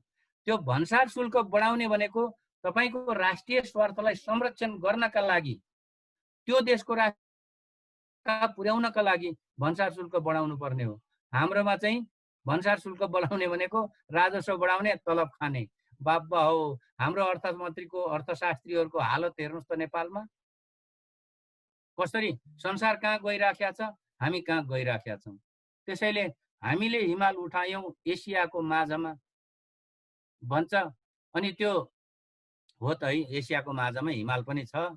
विरोध गरौँ पनि अब यो त अबुझ होला, अराष्ट्रवादी होला भन्ला, अराष्ट्रिय तत्त्व भन्ला भन्ने डर पनि छ, अनि मान्न परिहाल्यो। तर हामी इमानदार भएर निस्किनु पर्छ जस्तो मलाई लाग्छ। नागरिकता, धनको जग्गाको स्वामित्व, घर बनाउने कुरा कसरी अन्तर सम्बन्धित छ हेर्नुस् न। 2072 सालमा यो संविधान आयो, त्यहाँदेखि अहिलेसम्म बाजिने कानुनहरू सम्पूर्ण रूपमा समाप्त गरेर अब संघीयता र लोकतान्त्रिक पद्धति मुताबिकको कानुन बन्नेहरू भनेको हामी 75 वर्ष त गइसक्यौं त। उल्टा हामी पश्चगामी कानुनहरू बनाउनेतिर चाहिँ नि, पश्चगामी कानुन बनाउन अग्रगामी कदम चालिराखेका छौं के हैन। त्यसो हुँदाखेरि नेपालमा जग्गाको पूर्जा, नागरिकताको पूर्जा, यो कुराहरूसँग कति अन्तर सम्बन्ध थियो? कति आदिवासीहरू अहिलेसम्म पनि जग्गाको पूर्जा नहुनाले नागरिकता नलिएको स्थिति, नागरिकताको पूर्जा प्रमाणपत्र नहुनाले जग्गा आफ्नो बनाउन नसकेको स्थितिमा छ। हामीले केही रिसर्च गरेको छैन, तर त्यो पीडा त दुनियाँमा छ। चेपाङहरूमा होला, सन्थालहरूमा होला, होइन? अनि हामी यो अनि आदिवासी जनजाति भन्ने समुदायहरू पनि हो त। पहिलो हाम्रो कर्तव्य के हो? राष्ट्र जोगाउने। राष्ट्र त जान आँटो इन्डियातिर बगेर। अनि बाँध बाँध्ने, के को बाँध बाँध्ने? राष्ट्रवादको बाँध बाँध्ने, राष्ट्रियताको बाँध बाँध्ने। आफ्नो समस्या त छैन। आदिवासीहरूको चरित्र त त्यही हो, होइन? अर्कालाई यसो चाहिँ पालो पोसो, आफू त भोकै मरो। अब यस्तो खालको स्थिति छ। यो नागरिकता सवालमा पनि हामीले बुझ्नुपर्ने कुरा चाहिँ त्यही हो जस्तो लाग्छ मलाई। मैले भन्नुपर्ने कुरा सकेँ। मैले वास्तवमा अब बाहिरको उदाहरणहरू बढी दिएँ। मैले केही एउटा देखाउने विचार पनि गरेँ मेरो, अघि कार्ड दिनु केही अप्ठ्यारो मान्दैन त, होइन? युएस 7-8 वर्ष बस्दाखेरि सारा सम्बन्धन कार्ड छ। तपाईँ ड्राइभिङ गर्नु छ, तपाईँ जे ब्याङ्क एकाउन्ट खोल्नुहुन्छ, जे सुकै गर्नुहुन्छ। तर यस्तो किसिमको कार्डहरू बनाउन नेपालमा कहिले लाग्ला?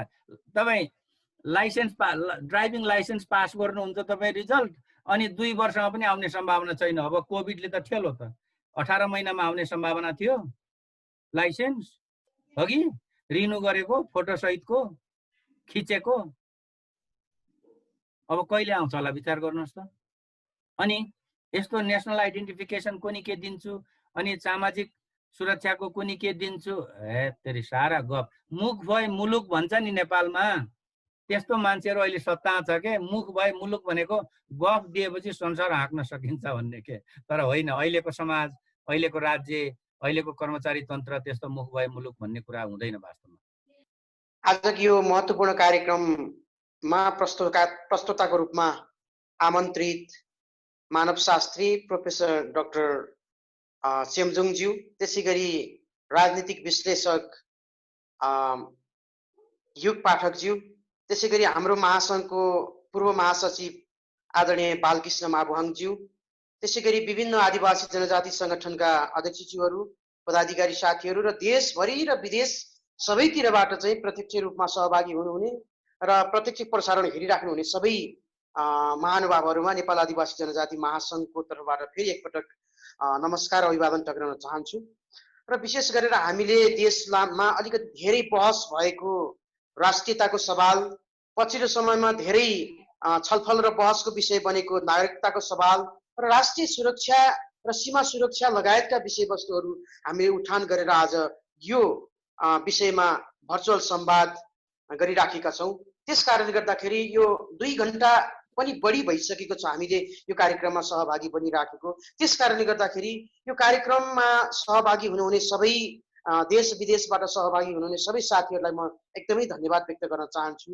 र विशेष गरेर चाहिँ 2 जना महत्त्वपूर्ण व्यक्तित्वहरू, 2 जना हाम्रो विद्वान मित्रहरू अथवा विद्वान अग्रजहरूले जसरी प्रस्तुत गर्नु भएको छ राष्ट्रियताको सवाल, नागरिकताको सवाल अथवा राष्ट्रिय सुरक्षाको सवालमा जसरी आफ्ना विद्वताहरू यहाँहरूको बीचमा हामीहरूको बीचमा साझेदारी गर्नु भएको छ, सम्भवतः लाग्छ कि हामीले जसरी आदिवासी जनजातिहरूको कुरा गरिराखेका छौँ, हाम्रो मुद्दाको कुरा गरिराखेका छौँ, र यति मात्रै नभएर राष्ट्रियताको सवालसँग, राष्ट्रियताको सवाललाई नागरिकतासँग जोडेर र नागरिकतालाई फेरि सीमा सुरक्षा लगायतको राष्ट्रिय सुरक्षासँग जोडेर जसरी आफ्नो विद्वता प्रदर्शन गर्नुभयो, प्रस्तुति गर्नुभयो, त्यसको लागि म 2 जना प्रस्तुताप्रति म एकदमै आभार व्यक्त गर्न चाहन्छु र संस्थागत रूपमा यस महासङ्घको तर्फबाट यहाँहरूलाई म हार्दिक धन्यवाद व्यक्त गर्न चाहन्छु।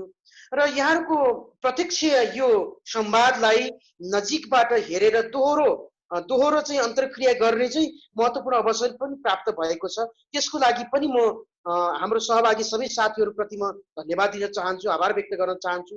र यो सँगै यो हाम्रो महत्त्वपूर्ण संवादलाई विभिन्न मिडियाहरूबाट, जस्तो कि मैले सुरुमा पनि उद्घोष गरेको थिएँ कि मातृ सन्देशबाट, त्यसै गरी नागरिक खबर.com-बाट, नेपाली खबर.com लगायतका चाहिँ धेरै चाहिँ तपाईँको चाहिँ हाम्रो चाहिँ मिडियाबाट पनि यो प्रत्यक्ष रूपमा प्रसारण भइराखेको छ।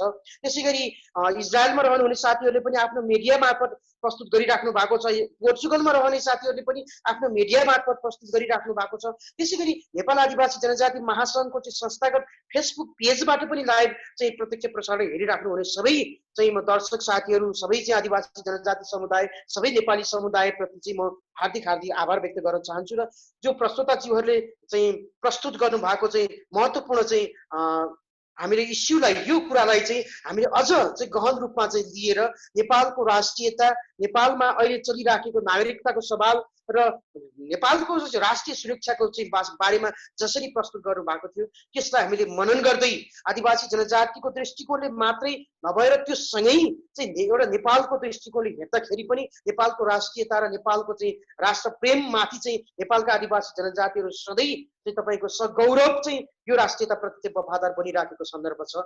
जसरी अघि युग पाठकज्यूले पनि भनिसक्नु भएको छ, डमर चेम्जोङले पनि भनिसक्नु भएको छ कि यो नेपालको राष्ट्रियतालाई मजबुत पार्नुपर्छ भन्ने सवालमा चाहिँ नेपालका आदिवासी जनजातिहरू चाहिँ जहिले पनि हिजो इतिहासको कुरादेखि लिएर अहिलेसम्म हेर्नुभयो भने सधैँ फ्रन्ट लाइनमा चाहिँ रहेर चाहिँ राष्ट्रियताको सवाल र चाहिँ राष्ट्रिय सुरक्षाको सवालमा चाहिँ सधैँ तपाईँको मुकाबिला गरिराखेको छ। त्यसकारण गर्दाखेरि जसरी चाहिँ तपाईँको चाहिँ एक खाले चाहिँ तपाईँको शासकहरू चाहिँ तपाईँको आए राजाको शासन व्यवस्था होस् अथवा राणाको शासन व्यवस्था होस् अथवा त्योभन्दा पछाडिको प्रजातन्त्रको चाहिँ प्रजातान्त्रिक शासन व्यवस्था होस् अथवा अहिलेको चाहिँ तपाईँको लोकतान्त्रिक चाहिँ गणतन्त्रीय शासन व्यवस्था होस्, यो सबै चाहिँ शासन व्यवस्थामा चाहिँ आदिवासी जनजातिहरू जसरी हिजो राष्ट्र प्रेम र राष्ट्रभक्तिप्रति चाहिँ तपाईँको चाहिँ एकदमै चाहिँ उदार भएर लागेको थियो, तर अहिले पनि लागिराख्दाखेरि चाहिँ शासकहरूले हामीमाथि चाहिँ विभेद गर्न छोडेको छैन, हाम्रो चाहिँ तपाईँको राष्ट्र प्रेममाथि चाहिँ तपाईँको खेलबाड गर्न छोडेको छैन र हाम्रो राष्ट्रियताप्रतिको चाहिँ एउटा चाहिँ सद्भाव र चाहिँ प्रेममाथि चाहिँ राज्यले शासकहरूले खेलबाड गरिराखेको अवस्थामा चाहिँ तपाईँ हामी जसरी आज हामीले यो बहसको श्रृङ्खलामा यो महत्त्वपूर्ण विषयमाथि चाहिँ सायद लाग्छ कि केही महत्त्वपूर्ण चाहिँ ज्ञानहरू प्राप्त गर्नु भएको छ, केही अभ्यासहरू चाहिँ यहाँले चाहिँ अनुभूति गर्नु भएको छ। त्यसकारण यहाँहरू सबैलाई धन्यवाद व्यक्त गर्न चाहन्छु र आदिवासी जनजातिहरूले गरेको आन्दोलन अथवा हामीले उठाएका सवालहरू सधैँ राष्ट्रप्रति चाहिँ वफादार छ, राष्ट्रियताप्रति वफादार छ, नागरिकताको सवालमा होस् अथवा राष्ट्रिय सुरक्षाको सवालमा होस्, हामी सधैँ चाहिँ राष्ट्रप्रति चाहिँ वफादार रहेर चाहिँ आदिवासी जनजातिको पहिचानको चाहिँ तपाईँको सही चाहिँ एउटा नेपाली राष्ट्रियताप्रति चाहिँ वफादार हुनेछौँ भन्ने कुरा हामी सधैँ उद्घोष गरिराखेका छौँ। त्यसकारण गर्दाखेरि अन्तमा म साथीहरूलाई आग्रह गर्न चाहन्छु कि हाम्रो अभियान, हाम्रो मुद्दा, हाम्रो आन्दोलन चाहिँ कुनै जातिको विरुद्धमा, कुनै भाषाको विरुद्धमा, कुनै संस्कृतिको विरुद्धमा र कुनै मुलुकको विरुद्धमा नभइकन यो चाहिँ एउटा चाहिँ समानताको लागि यो चाहिँ संसारलाई नै अथवा यो विश्वलाई नै तपाईँको चाहिँ अगाडि बढाउने चाहिँ सन्दर्भमा चाहिँ यो विशिष्ट चाहिँ प्रकारको छ भन्ने कुरा म यहाँलाई चाहिँ आग्रह गर्न चाहन्छु। र अन्तमा फेरि चाहिँ सबै चाहिँ मुलुकहरूबाट जसरी प्रत्यक्ष सहभागी रहनुभयो यहाँहरू सबैलाई म धन्यवाद व्यक्त गर्न चाहन्छु। विशेष गरेर हामीसँग आज धेरै पत्रकार साथीहरू पनि जोडिनु भएको थियो, आदिवासी साथीहरू जोडिनु भएको थियो, धेरै शुभचिन्तकहरू जोडिनु भएको थियो, धेरै विद्वान साथीहरू जोडिनु भएको थियो। त्यसै गरी हाम्रो महासङ्घको चाहिँ तपाईँको विदेश शाखादेखि लिएर चाहिँ अहिलेको चाहिँ तपाईँको सचिवालयका साथीहरूदेखि लिएर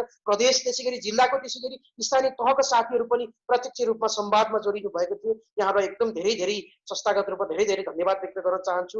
आउने दिनका संवादहरूमा पनि यहाँहरू यस्तै खाले चासो, यस्तै खाले चाहिँ तपाईँको चाहिँ आग्रह सहित चाहिँ उपस्थित हुनुहुनेछ भन्ने कुरा राख्दै फेरि तपाईँ हामी सबैलाई फेरि चाहिँ धन्यवाद दिँदै राष्ट्र, राष्ट्रियता र नागरिकताको सवालमा हामी सधैँ सचेत भएर अगाडि लाग्नुका लागि अनुरोध गर्दै अहिलेको प्रत्यक्ष संवादको कार्यक्रम चाहिँ यही अन्त्य भएको घोषणा गर्दछु। धन्यवाद, नमस्कार।